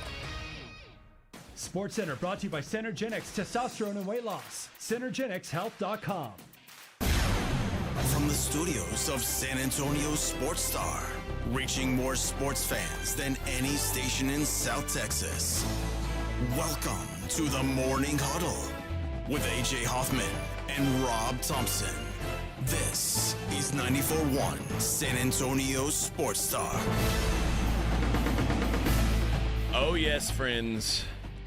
It's the final countdown. Did any of the school districts follow through on the snow day? Did anybody get a day off? No, or did I they didn't. just wake up and go, oh, sorry, got to go to work? Yeah, I had to go to work. No one even asked me. There was ice on my windshield, and I still had to go to work. I think you might have been the only one with ice. I didn't have ice. I had a little. Did you have some ice? Yeah, a little. You bit, probably yeah, park like under a sleep. big fancy oak tree. No, I was out in a wide open. It was mine is too. under the elements. still cold, but no ice. Thank goodness. It was raining hard at my place last night. Easy sleeping weather. It is. Like I can hear. There's like a drainage thing out in my parking lot, so I can hear it. Oh, kind of like it sounds like a waterfall, kind of. I'm like making that noise all the time. Go to sleep. You get that, and then you open your window to hear the sound, and you get the waft of the Chick-fil-A, the fries. Heaven. Yes. Except on Sundays, unfortunately. Yeah. On the Lord's Day, I smell no chicken. None. That's actually Deuteronomy verse 7. Yeah. On the Lord's Day, I shall smell no chicken. Thou shalt not smell chicken. And the Lord did grin. Oh, look at Cam with his insane pilgrim hat. Oh, here we go. How many of those hats do you think he has? All of them. Do you think every one of them. He knows he looks ridiculous, right? No, he doesn't. Like he thinks that's like a good look. He does. He thinks he looks like he looks different. Like he's about to get into a poker game in Deadwood, Colorado. Yeah. Yeah, right. There's like a mid 1800s gambler. Cam, what a man's man, right? What a dude's dude. Or a woman that don't need no man. What a guy. What a guy. That's what my kids would say. What a guy. What a guy. What a guy. All right. We've talked about we've dug deep into all the NBA all the NFL playoff games. We dug deep into the Texas-Ohio State game. Did you see the teams have been announced for the London trip next year? The home teams in London. We're sending our best. We're sending our best. Did Jerry get sent? We're sending the Browns. We're sending the Jets. We're sending the Jags. We only send our best. Cleveland. You're kidding. Great. It's Browns, Jets, and Jags? Yeah. What's the fourth? That's we're sending the Browns. They've only announced the UK games. I think there's a Germany game too, but we haven't announced. So the Jags are going to play the Browns and the Jets? No. Oh. Those are the home teams. Those are the teams having home games there. They haven't announced opponents yet, I don't think. We're sending the Browns. Yeah. The Jets. Well, of course, the Jags. That goes without saying. Yeah. Well, about 8 years ago, at the Super Bowl in Houston, we got to know a couple of the radio presenters in Britain, and they covered the Jags. And we laughed at the fact that, you guys, and they love the Jags. They, new fans are down with stats. They know everything about the Jags. And we were talking with them like, do you realize that it's just the Jags? The Jaguars? The Jaguars, as they say. And to them, it's kind of like, to us, it's just football, man. They don't know the difference. No. They really, it's and that's football. what we're taking. Where they're like, these dummies aren't going to care if it's That's the best thing that could have happened to Cleveland. Let somebody else go enjoy this. Like I said, when I went to a game there in London, there was, literally every single NFL team's jersey and gear was being worn around the building. They don't care. They just want the football. And I'm the same way when I go to a soccer game. I cheer at the wrong times. And you go to those games and the fans are cheering for the wrong things. Yeah. They just don't get the game. So if you're going to I'd much rather export our bad games so the fans that are discerning, I'm not going to wake up at 9 a.m. to watch this game no matter what. That's the thing. Like if I do feel like I've got to watch as much football as possible. Like it already felt like, I remember like week 9, I was like, we're already at the halfway point. I already start getting like kind of sad. God. We're halfway through of the 190 And days. Rob several times has had to be like, it's okay. There's plenty of time left. But now there's not. And one day I'm going to be like, I get to wake up at 9 a.m. and watch football. And it's going to be like Cleveland taking on Tennessee. And then I'm going to It's always such a letdown. Like, I set my fantasy lineup, but I don't care. 2025, the NFL is now allowed to schedule up to 8 international games. They have already announced they will play a regular season game in Berlin this year, first time in Berlin, and there will be a game for the first time in Madrid, Spain. Oh, really? Okay. That's Are they right. going back to Brazil?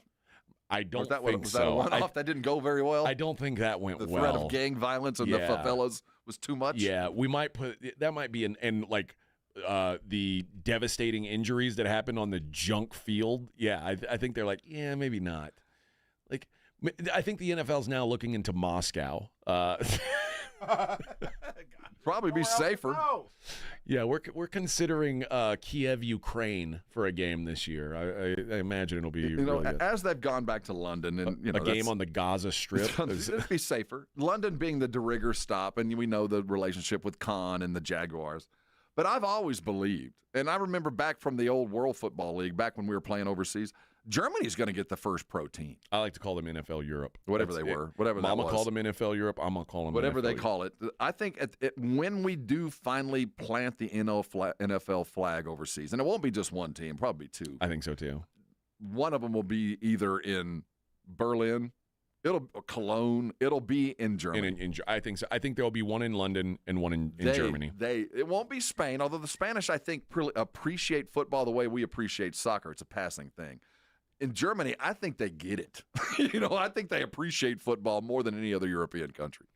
Yeah, I don't disagree. I think they've worked so hard on London's London. got the market. That's de rigueur, but that's done. And but I think the next market, it won't be Brazil. It won't be Spain. It'll be like an unsexy German town that's just gritty like Pittsburgh. It'll be Frankfurt or something like that, or Hamburg. And they will support it like crazy. Stuttgart. Mm-hmm. I think so too. I don't think it'll be in Berlin, but I do think it'll be a German city. So we agree on that. If they do eventually do, I assume they will, but I don't know when. In 10 years, there will be two There's franchises. There's a lot of hassle involved in that. There is, but the market is such, and it's going to almost be where if you go over there to play one, you're almost going to have to play both of them. Yeah, there'll be teams that go and spend a month. Because the assumption is they're going to be in the same division.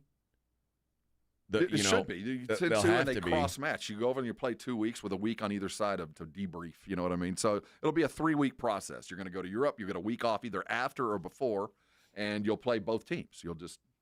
Yeah, I guess so. It's going to be difficult to navigate, but yeah, I'm with you. I do think they eventually get to that. Elsewhere in the wide world of sports. Got the PGA getting going again. What are they doing? They're in Hawaii for their traditional. What's that? No, what's that other golf thing that's going on? PGL, the one where they're doing it. What does that mean? I don't know, and I really don't know anything other than the one photo I saw of it. Now I'd heard about it. I heard Pledger talking about it, and I heard Reinagel talking about it on the Blitz. I thought it was like they were on a golf course, but this is all. It's all virtual. Yeah, they're on an indoor simulator. Yeah. So is this all canned? Have they already filmed all of these, or are they live? I don't know. It looked like they were playing a tournament or something. I like don't an know actual anything deal. Other than that. I've never really wanted to watch anybody play simulator golf. I have no interest in that. But Reinagel and Pledger both said it was really fun. I don't know. I'm open to, and it's every Tuesday night. So Tuesday night, I'm going to make it a point of going to find it. I just can't imagine what they're doing would make me care enough to come back other than the initial, oh, look at Tiger. He's telling a joke. I think Tiger just set this up because he knows he doesn't have to walk a course now. That's the first thing that crossed my mind. And or it's an all-weather part of me deal. Says, you know what? That's not a bad deal. If I can just watch Tiger swing over and over, that's really all I'm after anyway. Yeah, but it's not. I don't know. Oh no, it's not anything. For television purposes, it seems terrible. I haven't watched it. I say it seems terrible. I haven't watched it, but the idea of it is terrible to me. It seems that way to me. But what I've heard people saying, that specifically Pledge and Joe, was that they appreciated the fact that they're joking and they're talking amongst each other, and it kind of lifts the veil of the the stern PGA look where you're not really talking during the match, where these guys are. So I do get that part of it, but would that bring me back after a week? I don't know. My least favorite thing, my least favorite type of headline about sports, it always starts with lawmakers' eye and then something about sports. Like, I don't want the government involved in, as you know, how I feel about the government. I don't want the government involved in anything. I want there to be like 3 dudes in the whole government, but I digress. That this isn't a political show. But lawmakers to examine NCAA crisis. And now the new Republican leader of the influential Senate Commerce Committee, and they are influential, it's the honeypot, has said that one of his major priorities is to pass a law to help the NCAA regulate the booming market for college athletes without running afoul of federal antitrust restrictions. Now, are you aware of who the Republican leader of the Senate Commerce Committee is? No. His name is Senator Ted Cruz. Oh, there we go. Well, at least he understands the value. He said he's not interested in saving the NCAA. He says he wants to give college sports the legal runway it needs to save itself. College sports is in crisis right now. If Congress doesn't act, we risk seeing devastation. Yes, it's in total crisis, as my guess is they're making currently the most money they've ever made ever. Well, what did Ronald Reagan always say? We're not a political show, but the 4 worst words you ever want to hear from your government is, I'm here to help. So the moment I hear Ted Cruz say, I'm here to help, oh, crap. But I will say it is in response to every college coach. Jeff Traylor has been begging for this, and it does need to happen. Now, this isn't the right entity to do it, but we might be running out of entities that can. So I get that they're here to help. I don't know how they're going to help, and I certainly don't know how Ted Cruz is going to help, but I will say this. If we can find a way to calm the Wild West aspect of this, and I have no earthly idea how to do it. I don't claim to have the answer, but at least we're headed in the right direction. But the fix is not going to come from the federal government. But maybe the fear of them trying to fix it will spur the conferences and the coaches and the ADs to come in and fix it themselves. It's so funny. I have the answer, but television rights and things like that won't let my answer be the right answer. The answer is create levels of college football, like tiers, and like they have in soccer in Europe. Or you get relegated? Well, yes, partially that, but also like where UTSA isn't trying to win the same title Alabama is. Because it's almost impossible. But you have to tell UTSA that you can't aspire to that. Again, the relegation thing would allow you to eventually aspire to it. I'm with you. But today, UTSA can't win the same title that Ohio State can because they're not equipped to. Now, if you can build yourself up to that, then God bless you. But as it stands now, I mean, you're further down the track than I am. I'm talking about if Ted Cruz is going to get the Interstate Commerce Act involved and they're going to kind of regulate that, then let's limit what they're doing. And we all can agree the first thing that has to be fixed is the transfer portal. I don't know how we're going to fix it or when the portal will be applicable and when not, but how it is structured now is putting the NCAA in crisis. I do agree with Cruz there. If they will just find a way to fix that, pick a date, pick a time, pick a number, how many times can he transfer? Let's all agree on it and move forward. I think that's all I would ask. I think we could find another way to fix all those other problems, but I don't even know how to do that. You want my idea on that? You get one free transfer. After that, you sit out a year. Well, then you start getting into restraint of trade. You're keeping me from going to make money. How dare you? This is the deal you sign when you sign up for college athletics. If we're going to treat these guys like athletes, let's put them under contract. We're going to teach them like professionals, put them under a contract. Well, I do think that abiding by contracts is the fix without the federal government involved. Now, the one exception, and the reason why I always wanted the transfer thing to exist was I believe if the coach that brought you to the school goes away, is fired, goes to another school, quits, retires, whatever, you should get an automatic transfer exemption. And that's only about 1% of the athletes, right?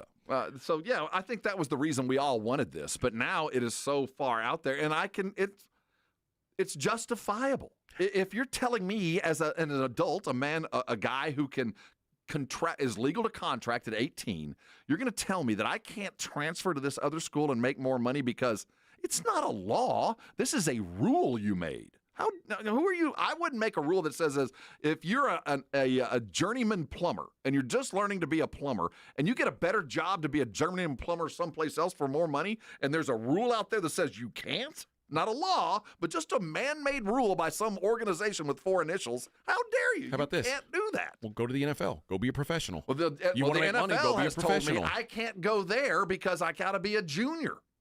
Let's get rid of that rule. Well, see, there's where we are. And every time we fix one problem, we create another. And that's why if the government's going to get involved, fix one problem at a time. Don't bring in with this broad brush. And the first thing that has to be fixed is how and when can the players come and go, and how can it be equitable for both? And as of now, we have not found that answer. Let's start with eliminating income tax.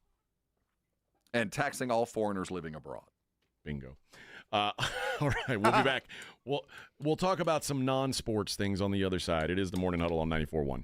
94.1 San Antonio Sports Star Traffic from News Talk 550 KTSA. Good morning. A very serious accident 410 eastbound just past Jackson Keller. We still have 2 right lanes blocked. It's a 15-minute delay and has you slow from right around Evers. The on-ramp is blocked as well. Did clear the wreck at 1604 eastbound at Blanco Road, and the crash at 281 northbound just past Josephine downtown. That is cleared as well. I'm Debbie Alcacer, KTSA Time Saver Traffic. South Texas, get ready for the ultimate sports talk experience. The one and only Rich Eisen is on 94.1 San Antonio's Sports Star. Every weekday, noon to 2 p.m. With over 20 years of NFL experience, Rich Eisen brings breaking stories, expert analysis, and exclusive interviews with sports legends to your airwaves with unmatched wit, insight, and passion. Catch all the action every weekday, noon to 2 p.m. The Rich Eisen Show, only on 94.1 San Antonio's Sports Star. This report is sponsored by Rapid Radios. Rapid Radios are instant push-to-talk walkie-talkies offering national LTE coverage and no subscription ever. A great alternative to a mobile phone for your kids. For a limited time, go to rapidradios.com and you'll get 60% off, free UPS shipping. Add code radio and get an extra 5% off. I've just been feeling so sluggish lately. You should try the Metamucil 2-week challenge. The Metamucil 2-week challenge? Yeah, Metamucil 4-in-1 fiber helps trap and remove the waste that weighs you down. Start your daily routine now, and in 2 weeks, you could be feeling great. Well, it's been 2 weeks. How you feeling? Lighter and feeling great. If you want to feel lighter by promoting digestive health, sign up to take the 2-week challenge at metamucil.com. These statements have not been evaluated by the Food and Drug Administration. This product is not intended to diagnose, treat, cure, or prevent any disease. Are you annoyingly inattentive? Do you watch a movie and then ask a zillion questions because you weren't paying attention? Do people ask, how do you sleep at night? Then you should get a mattress from Mattress Firm. They can help.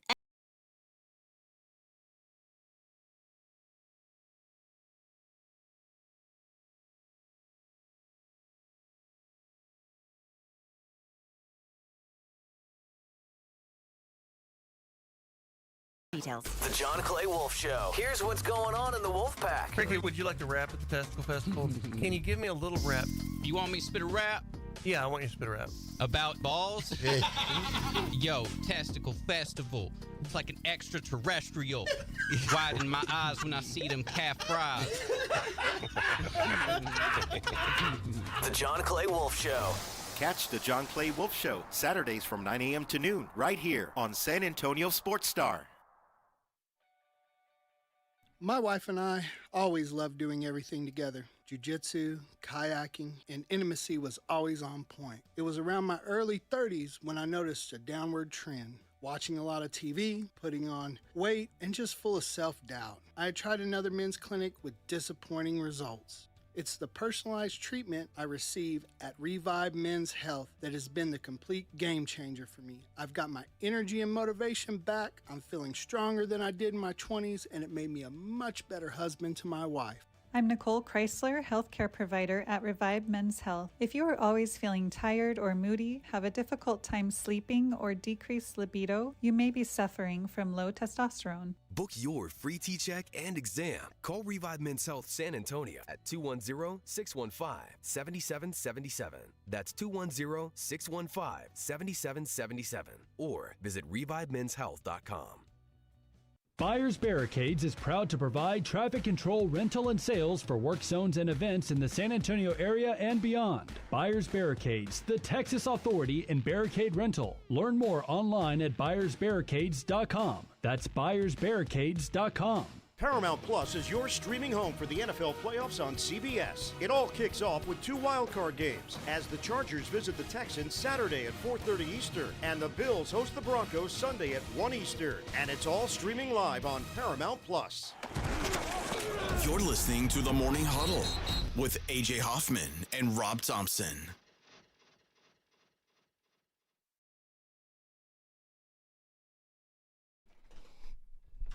Why'd you come back right now, man?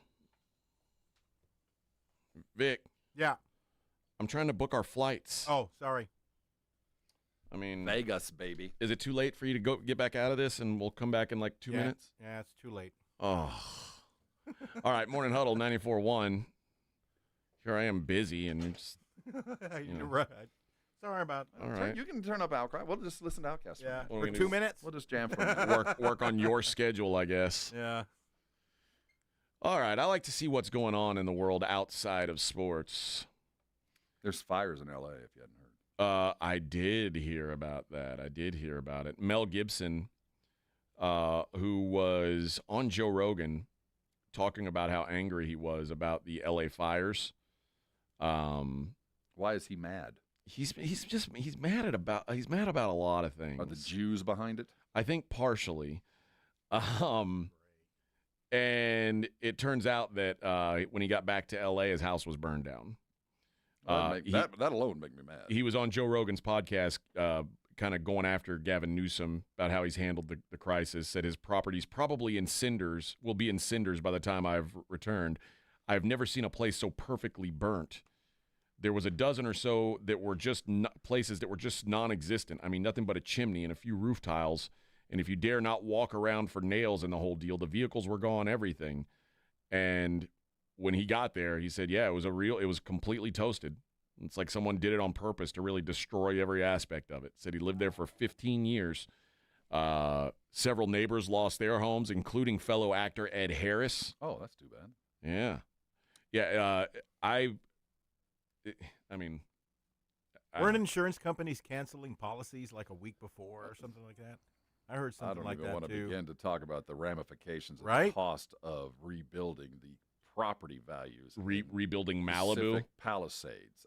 Yeah, everybody in the country's insurance is going up because of this.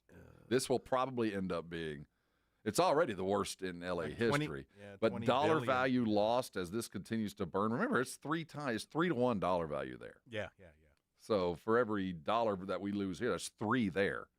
The billions that are going to go into it. And we've already heard, it's going to cost us all some money. Tragic all the way around. I'm not going to pay for it. I'm not. I refuse. I refuse to. I'm going to live Well, the thing is, they're all rich. off the They're grid. all rich enough to like rebuild with no problem. Oh. You know? Yeah.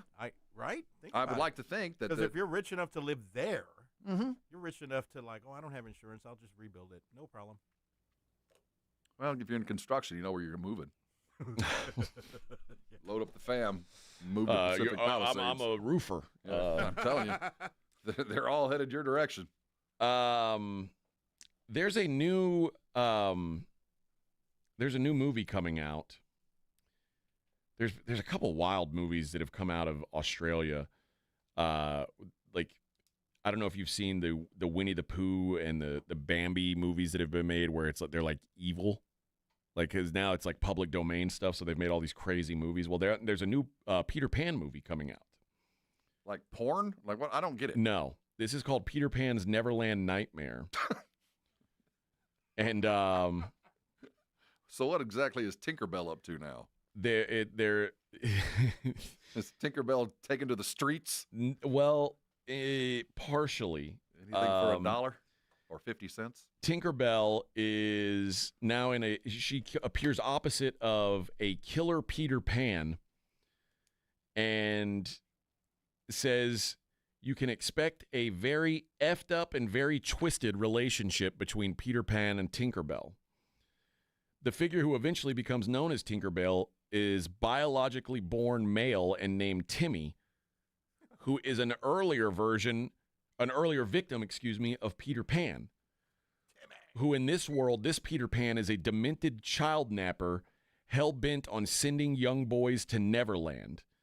But because Timmy identifies as female, Peter Pan won't let her become one of the Lost Boys. So he says, however, you can be something else. You get to be this fairy, a magical fairy, but you've got to help me. I'm going to give you this pixie dust, and if you keep taking it every time you're good, you can have some. But the pixie dust, here's the twist, isn't just pixie dust. It's actually heroin. So he's turning Tinkerbell into a junkie sex slave. Like is an what allegory is what this is. Yes. Is this a cartoon or is this live action? Oh, this is live action, friend. She's hooked on smack and also hooked on her controlling tormentor, Peter Pan. The Pimp Hand is strong with Peter Pan. Oh, hell yeah. Hell yeah. And it appears to be very dark. It appears he turned out Tinkerbell. I mean, this is like that's a screenshot of the film. Like it's a. Man. Are you down for this? Well, or do you want it to be wholesome? The obvious fallback on this is you can come up with another idea, but you know what? It might be. Who am I this kidding? sounds like a new idea. I'm never going to watch it. What? I'm never going to watch that. This sounds like a new idea to me. Okay. I mean, we've never seen Tinkerbell do You're heroin right. before. And that doesn't mean we should. Just because I haven't seen Tinkerbell hoeing on the corner, I don't think I need to. I don't think I should. I'm not opposed. Marvel Studios, after saying that they would not recast T'Challa, the Black Panther, is now kind of changing their mind. If you remember, Chadwick Boseman died. Their heart was in tragically, the right place. And they said, "Oh, well, we're not going to recast him." Their but heart then was they're in the like, right place. But "Well, we've done every other star too. We had another Superman. We got a bunch of Batmans. We can have a couple of Black Panthers. We're making more Avengers movies. We really need." And this is so lazy. Robert Downey Jr. is coming back, but not as Iron Man. He's now going to be Dr. Doom, and like they're using him in different. Like they can't even find a new actor for Dr. Doom. So of course they're going to recast. Now they did offer it. It's been offered and passed on. Apparently, they said that one actor. Who? It doesn't say. Is it the who's the actor du jour? The guy from the Netflix series, from Cross. Yeah, that guy. Oh, I guess it's on Amazon. That Cross series. That actor, I think, is the actor. And before him, it was the Bridgerton actor. He was the actor du jour. I mean, I like Idris Elba. But he was the actor. He was the actor before the Bridgerton guy, because both those guys were rumored to be the next James Bond. Yes. So whoever. Yes. But I do think it's we're not besmirching any man's history and legacy by replacing him with another actor.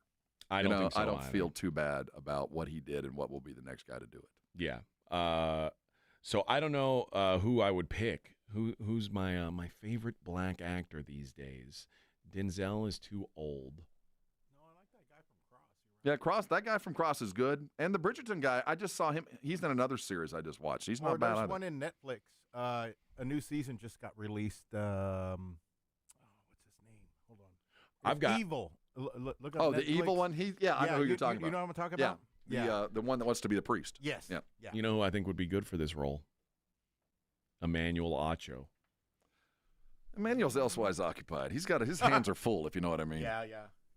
With those big cans, and peanut butter skin.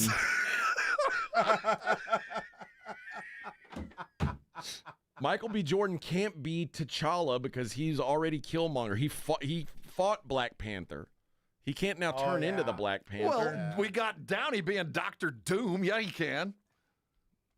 Man, where's Old Dirty Bastard when you need him? He would have been a great Black Panther. I think that should be his superhero anyway. Just he's ODB. That would be good. I don't know what his power would be. But he's dead. So, Gary says the guy that plays Luke Cage. Is that the show you were thinking of? Luke Cage. Yeah, Mike Coulter's his name. He played Luke Cage as well. And that's the one from Evil? Yeah. He's a good actor. I appreciate him. He'd be a good one. Who's the guy in Cross? What's his name? Let me see.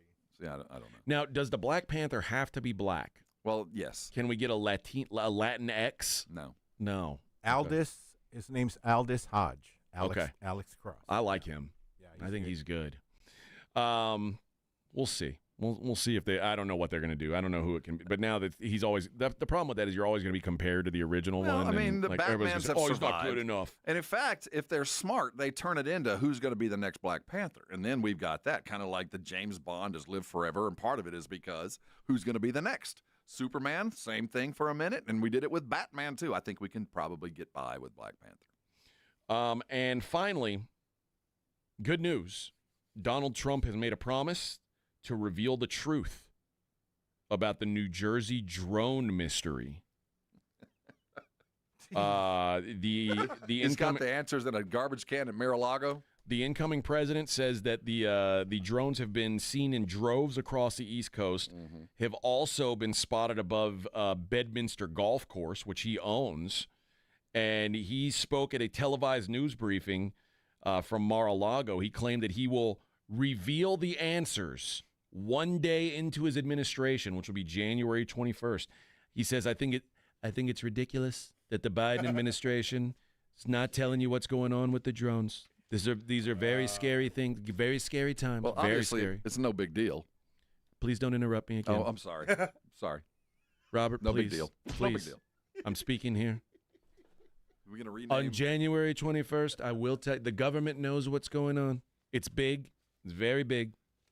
Our military knows. They know where they took them from. They know where they took off from. If it's a garage, they could go right into that garage. Did he say these things?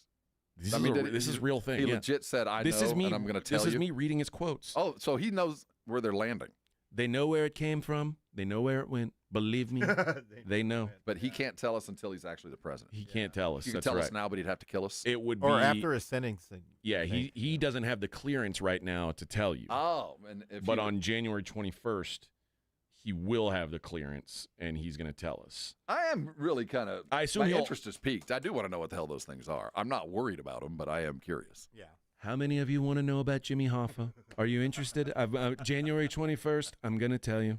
Believe me. It's going to be a busy day. Do you want to know about Area 51? I've got news. There's 52. Have you ever heard of the Lindbergh baby? I'm going to tell you. Believe me. Big stories coming out January 21st. Glad there's football. Thank God for sports. All right, when we get back, let's do what we always do and wrap up the week with a look at the daily lines. It's the Morning Huddle on 94.1. It's the biggest, it's the best. It's San Antonio Sports Star.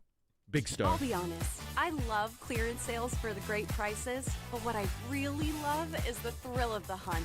And right now at Kohl's Ultimate Clearance Event, there are so many hidden gems waiting to be discovered. I just went and saved 70% on cute dresses, cozy sweaters, pajamas for my whole family, and that was just the start. So if you also enjoy seeking out big savings, get to Kohl's where the hunt is on. Select styles, offers end January 20th. Some exclusions apply. See store or Kohls.com for details. So this new dose is, nope, that's not it.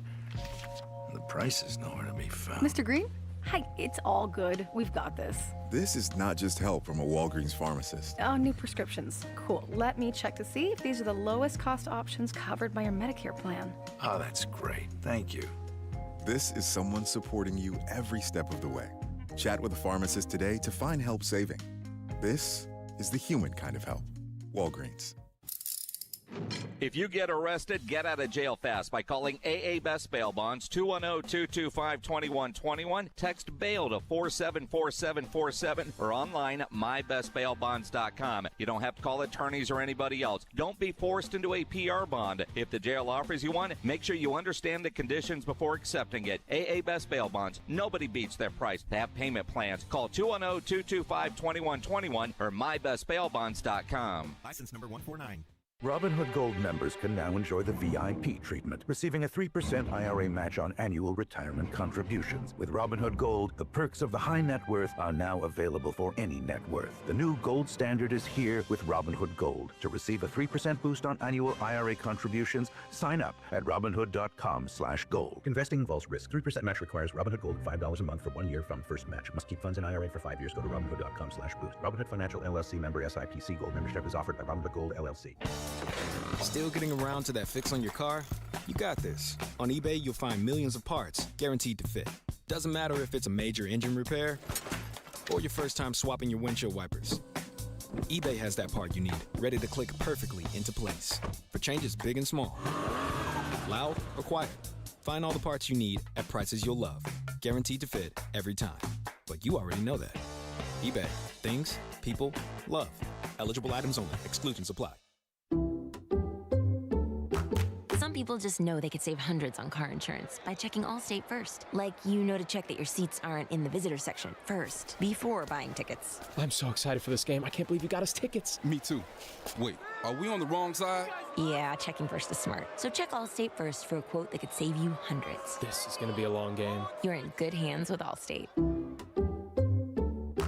Savings vary, subject to terms, conditions, and availability. Allstate Fire and Casualty Insurance Company and Affiliates, Northbrook, Illinois. Is health or fitness a goal this year? Great news. The King of Paddle has arrived in San Antonio with 8 pickleball and 6 paddle courts. Their indoor facility suits all skill levels from beginners to seasoned players. Mark your calendar for their January 18th and 19th winter tournament. Find details at thekingofpaddle.com or at the King of Paddle SA on social media. Visit their new downtown location at 314 Nolan Street or check out the new King of Paddle facility with us this Thursday as we broadcast the Blitz live from 2 to 6.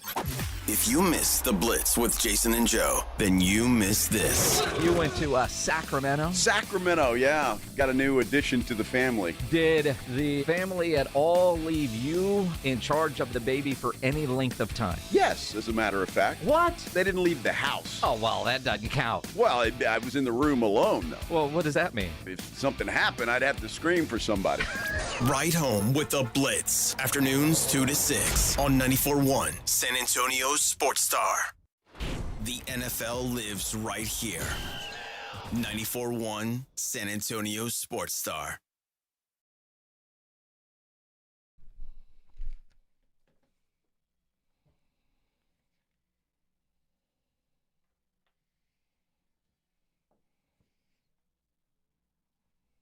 What is this crap? Great band. Words to live by. Are we out of Mudvayne songs? Yes. No, Taylor Swift? We ran out of Mudvayne. I'm saving those for next week. God. Just let this wash over you. Just let this What a spill drag. over. Hey, Mr. Bono Vox was just awarded the Presidential Medal of Freedom last week. I think you should owe him a little bit of respect. If I were in office, Him and Magic Johnson. If I were in office, I would never give that award to a foreigner. They don't deserve it. Bono, I hear he's not from He here. is not a He's man very of bad. any country. He is a man of this great world. It's a beautiful day, except it's not. Oh, it's See, sunny it's all today. about attitude, baby. I saw Bono singing this at the Sphere. Nice. I felt like I was spinning around You get backwards, transformed Did like you get dizzy? like I was on a microdose of mushrooms. like that. Nice. Exactly like that. Exactly like that. And like I'd had 2 or 3 large beers that cost $20 each. Exactly. About exactly how I felt. okay. I'm going to go to the Sphere when we go. Are you? I'm going to have to go alone, but I'm going to go. I don't think you should go and just do like the Sphere tour. You have to wait until you can see a show there. It's already happened. I missed U2. I missed the Eagles. I got to go. I got to go. You're going to go see the Grateful Dead. I'll see the Dead. I'm in. Okay. When? Are they the next? They've already been there. Oh, Let's see what the I'm not Sphere sure residency is right now. We've had an artist, and having not been to the Sphere, only been around it and seen it on the outside, I don't think there's been an artist yet that has truly unlocked or figured out how to unlock everything that the Sphere can do. It's going to happen. There's going to be somebody, one of the stars now, that understands all the multimedia applications that the Sphere is capable of. Because what I've seen looks pretty cool, but I bet there's more. Somebody's going to really figure this thing out. So the Eagles, we're going to miss their shows. We're going to be out there 29th through the 2nd. The Eagles are there until the 25th, and then they start up again on February 14th. Let's see. Dead & Co. They're not playing again until March. And we're down to like 2 original members. What about U2? When are they coming back? U2 will be there January 23rd. What? Yeah. 2 days before I get there? Oh, well, no, it's a week. A week before you get there. Well, I guess it'll just be the experience. Sorry, man. Just floating along, but I'm going. I will. That's one of the things that I've yet to do in Vegas. Last time I was there, I did cross something I'd never done. I went to the Mob Museum. That's cool. That was the only thing I actually left the Strip and did something non-gambling related. That's in the old courthouse. Yeah, it was pretty cool. I highly recommend it. They've got a little a speakeasy down there. They do, and then they actually had a Decent former cocktail. mobster in there talking. Yeah. Like, I think it was like a mob guy's son or something when I went. But yeah, and that's a pretty cool experience. I dig that. I love that. I'm fascinated by the history of Las Vegas, and I was even before I moved there. Me too. Mostly because I'm fascinated with like the mob and like the idea of the mob building a city is so wild to me. And I love the history of the old mob run hotels and casinos. I think that's really cool. And I had a great day there, so I'm gonna have to find something to do on my own. And I think this time it'll be the Sphere. Okay. While the sun is up. It could just be go to a dispensary. Well, I wouldn't do that. That's not. Well, I guess it's legal there. It's legal there, Robert. Let's go. When's the last time you had a puff of legal marijuana? The last time I was Never. That would be illegal and wrong. That's right. That's not anything I would ever do. How about that? That'd be wild. That would be. You could go see David Copperfield. Oh, Been there and done that. I'm gonna go see Chris Angel Mind F. He can make a Tyrannosaurus appear. Oh, this is my alien friend. Wonder what what is the worst show in Vegas? David Copperfield. You think it's but no, it's got to be right. I bet it's David. I think David Copperfield is probably the worst for the money. Like Carrot Top escapes me. He seems like we met him at the Super Bowl last year. He's a nice guy. I thought he died. No. Oh, hell no. No. He's everywhere I went last Super Bowl. He was there. He was drinking it in. He was enjoying it. Him and his dad. Wow. He's a weird looking cat. I've never seen his show. I haven't either. Yeah, I don't know. I mean, I'm sure there's some terrible shows, just like any other. Like if you go to Broadway in New York, yeah, you go. There's some shows that like they're like, oh, you don't want to see that. And I've seen a couple of those. They do the Cirque du Soleil, and there's Cirque du Soleil at every hotel now. And there's like the down market Cirque du Soleil, like the acts that almost made it but not quite. Yes, I've seen a couple of those. Where and there's like a power rating of those Cirque du Soleil. Like the Cirque du Soleil you see at New York is not the same as the one you're going to see at It's funny you bring Bellagio. It up. The one I just the last time we were there, I saw the New York. The Bad Apple one. The Bad Apple. Was it dreadful? Yeah, it's kind of down market. I mean, you're kind of like, I can see why you didn't quite make the big show over at the Bellagio. You know why they've got a relegation? Guess what, guys? I've moved up from the Bad Apple. I'm going across the street to MGM, and then you get to go down to Bellagio when you make the big time. No, you're relegated to Binion's. And they're like, you're gonna have to go perform at Binion's now. I've got bad news. We're gonna take you off Bad Apple, and you're gonna now be in the. You're gonna be a winch at the Knights Pretty fight much.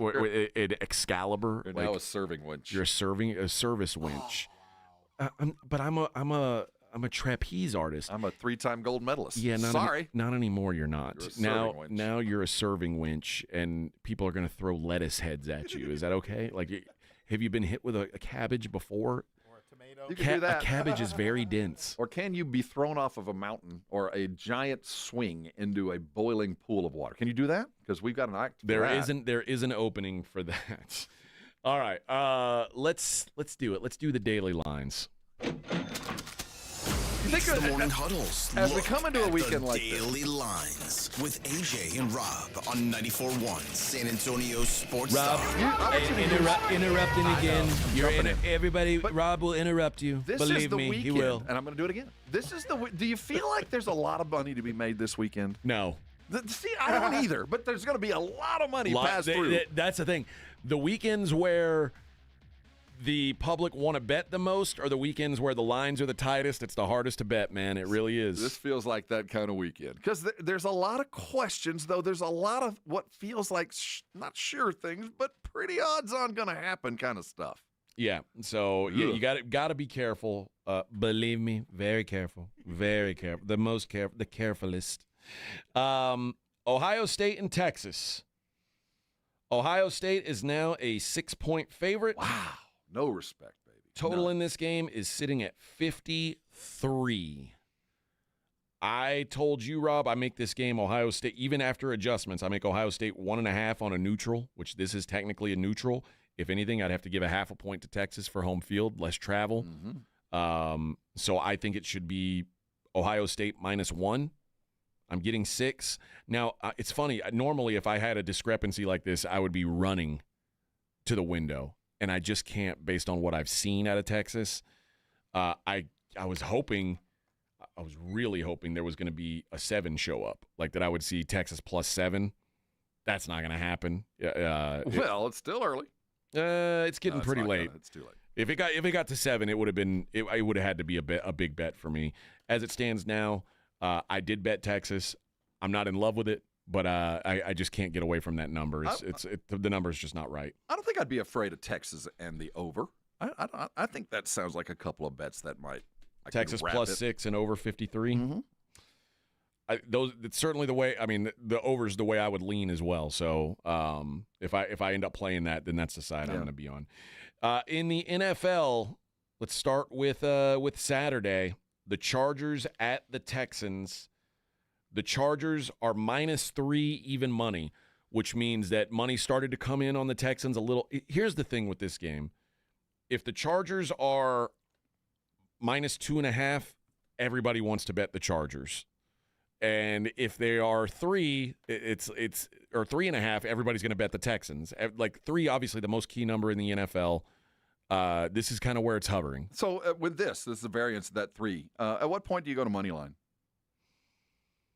Is there anything that would make you go that direction? I'm just going to go with the winner. I mean, the problem is like the amount of times that teams win by 1 or 2 is so small. It's not worth the effort. Not worth the juice of it. So that's why I love this segment. Yeah, just take the side that you think you think you land on, and like if I said there's more, I think there is likely to be a 2.5 pop up by the time kickoff comes. If you want the Chargers, I would wait for that. If you like the 3, I would get it right now with the Texans. I like the 3. Okay, then I would take it right now with the Texans because I do think you're going to start to see some 2.5s pop. So you want to get, or no, excuse me. If you like the 3, you want to bet the Texans now. Yes. If you want the Chargers, I would wait because I think a 2.5 is coming. I like the Texans in 3. I'm not sure about winner, but I like the Texans in 3. Steelers and Ravens. Now we see this very differently. Yeah, the Steelers are 9.5 to 10-point favorites, depending on the book you look at. I not would the Steelers. No, excuse me. The Ravens are 9.5 to 10-point favorites. The total in this game pretty much painted at 43.5. I cannot. I would have to bet the Steelers and the under. I like Ravens and over, man.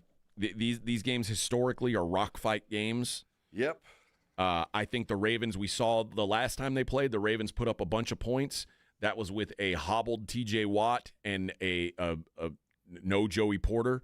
The 2 key guys for Pittsburgh's defense were gone. I think that we see a better effort out of Pittsburgh defensively. Now, I don't know if it's enough to it's probably not enough to win the game. But these teams just play each other so close all the time. Third time they played this year. Yep. First time was a rock fight. Steelers have lost 4 straight. You're right, but everything what I've seen, and again, I've talked about it more than once, I fall in love with Hard Knocks. I fall in love with the propaganda side of things. And last week, Baltimore just seems to me right now the team that is most mentally ready to go win a Super Bowl. Yeah. And with that, I just feel like they're going to pounce on Pittsburgh this week. Sunday, we got Broncos at Buffalo. The Bills currently 8.5, 9-point favorites, depending on where you look. The total in that game is 47.5, couple 48s popping up there. I think the Bills blow them out. Yep. I really do. I think that they just kind of give them the business. I think you see Bo Nix playing up a level, and it's just too much for him. It's not that the Broncos aren't good. They're just not playoff good. This is just there's I don't know. I don't think they're ready for this stage. They're not. And, after a good week in the stock market, you always see profit taking. Like, I'm just going to sell. I'm just take the money and run. I think Denver's going to take the money and run. They've had a hell of a year, far above expected. They know there's things they got to fix, but they know they've got a quarterback and a coach and a defense on the come. I think if they lose, they're still going to go home happy. And the Bills had the luxury of sitting out a bunch of guys last week and resting up. Josh Allen should be the healthiest he's been in a long time. Which means I think he's going to be running. How's the weather? Going to be icy, frozen? Oh, it's going to be miserable. Well, Denver's used to that, but but it's going to be miserable cold up there in Buffalo. Packers and the Eagles. The Eagles currently a lot more 5s now than 4.5s. There were a mix of those. I'm seeing a lot of 5s right now, and the total set at 45.5. I told you I like the under particularly early. The under in the first half I like a lot. And if I were backing the Packers, which I'm not going to, but if I was interested in the Packers, it would be in the first half only. I think by the time the game is over, the Eagles impose their will and start to run away. I wonder what DFS has for Saquon. You're going to pay. Okay, that's a great segue into a warning. When you play player props or DFS on weekends like this, playoff weekends, the star players' numbers are going to be juiced because they know everybody. There are more people betting now that it's playoffs than have bet all season long. Yeah. And they say, oh, who's the star player? Saquon? Over. And the books aren't dumb. They know you want to bet over on the biggest brand players.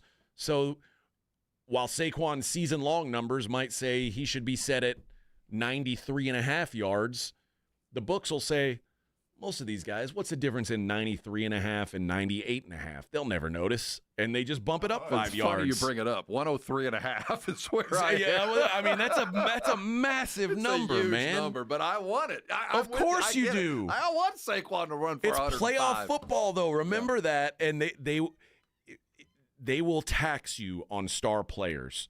So just keep that in mind, guys. Love this segment. Write that down. Live by it. If you're looking at star players, try and find the star players you want to bet under on. And if you want to bet overs, do it on guys that people aren't really thinking about.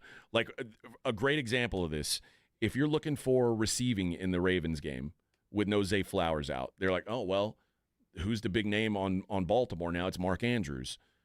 Look at Isaiah Likely. Look at his numbers and look at what he's done over the course of the season and what Mark Andrews has done. Project what you think their number should be, and I guarantee you Mark Andrews' number is way higher than Isaiah Likely's is, and they should probably be a lot closer to the same. Likely at 28.5 total yards. And what's Mark Andrews? Find him. I think it's going to be a little bit more than that. Oh my! It's going to be way more. You know what they've got? They don't have him alone. They have him combined. Okay. These are the things I'm trying to warn you about. Look, if you want to bet on the star players, look at unders. If you want to bet overs, look at guys who aren't the big names because the big names will be taxed to overs or higher, however you want to word it. The Commanders and the Bucks. The Tampa Bay Bucks are 3-point favorites pretty much across the board here. Total in this game is 50 or 50.5. I like Tampa. I know you are against me on this one. I'm surprised you're against me on this one. But I just think at home, I trust their defense a little bit more. And it almost pains me to say, I think I trust Baker Mayfield more than a rookie. And I trust – wow. Yeah. That's a big step, boy. It's a big step for me. He's got to be really proud to know that you trust him more than a rookie. It is a big step for me. So there you go. The Vikings-Rams now moved. The current line on that is Vikings minus 2.5. Well, I might have to bet on the Rams. They're punishing the Rams for moving the game. I don't know that it matters much. All right, friends, that's going to do it for us. We did it. Where's the Blitz at today? At the golf place, right? Pop Stroke. That's right. Go check them out. And you can hear the Cotton Bowl right here on 94.1 San Antonio Sports Star. On your ride to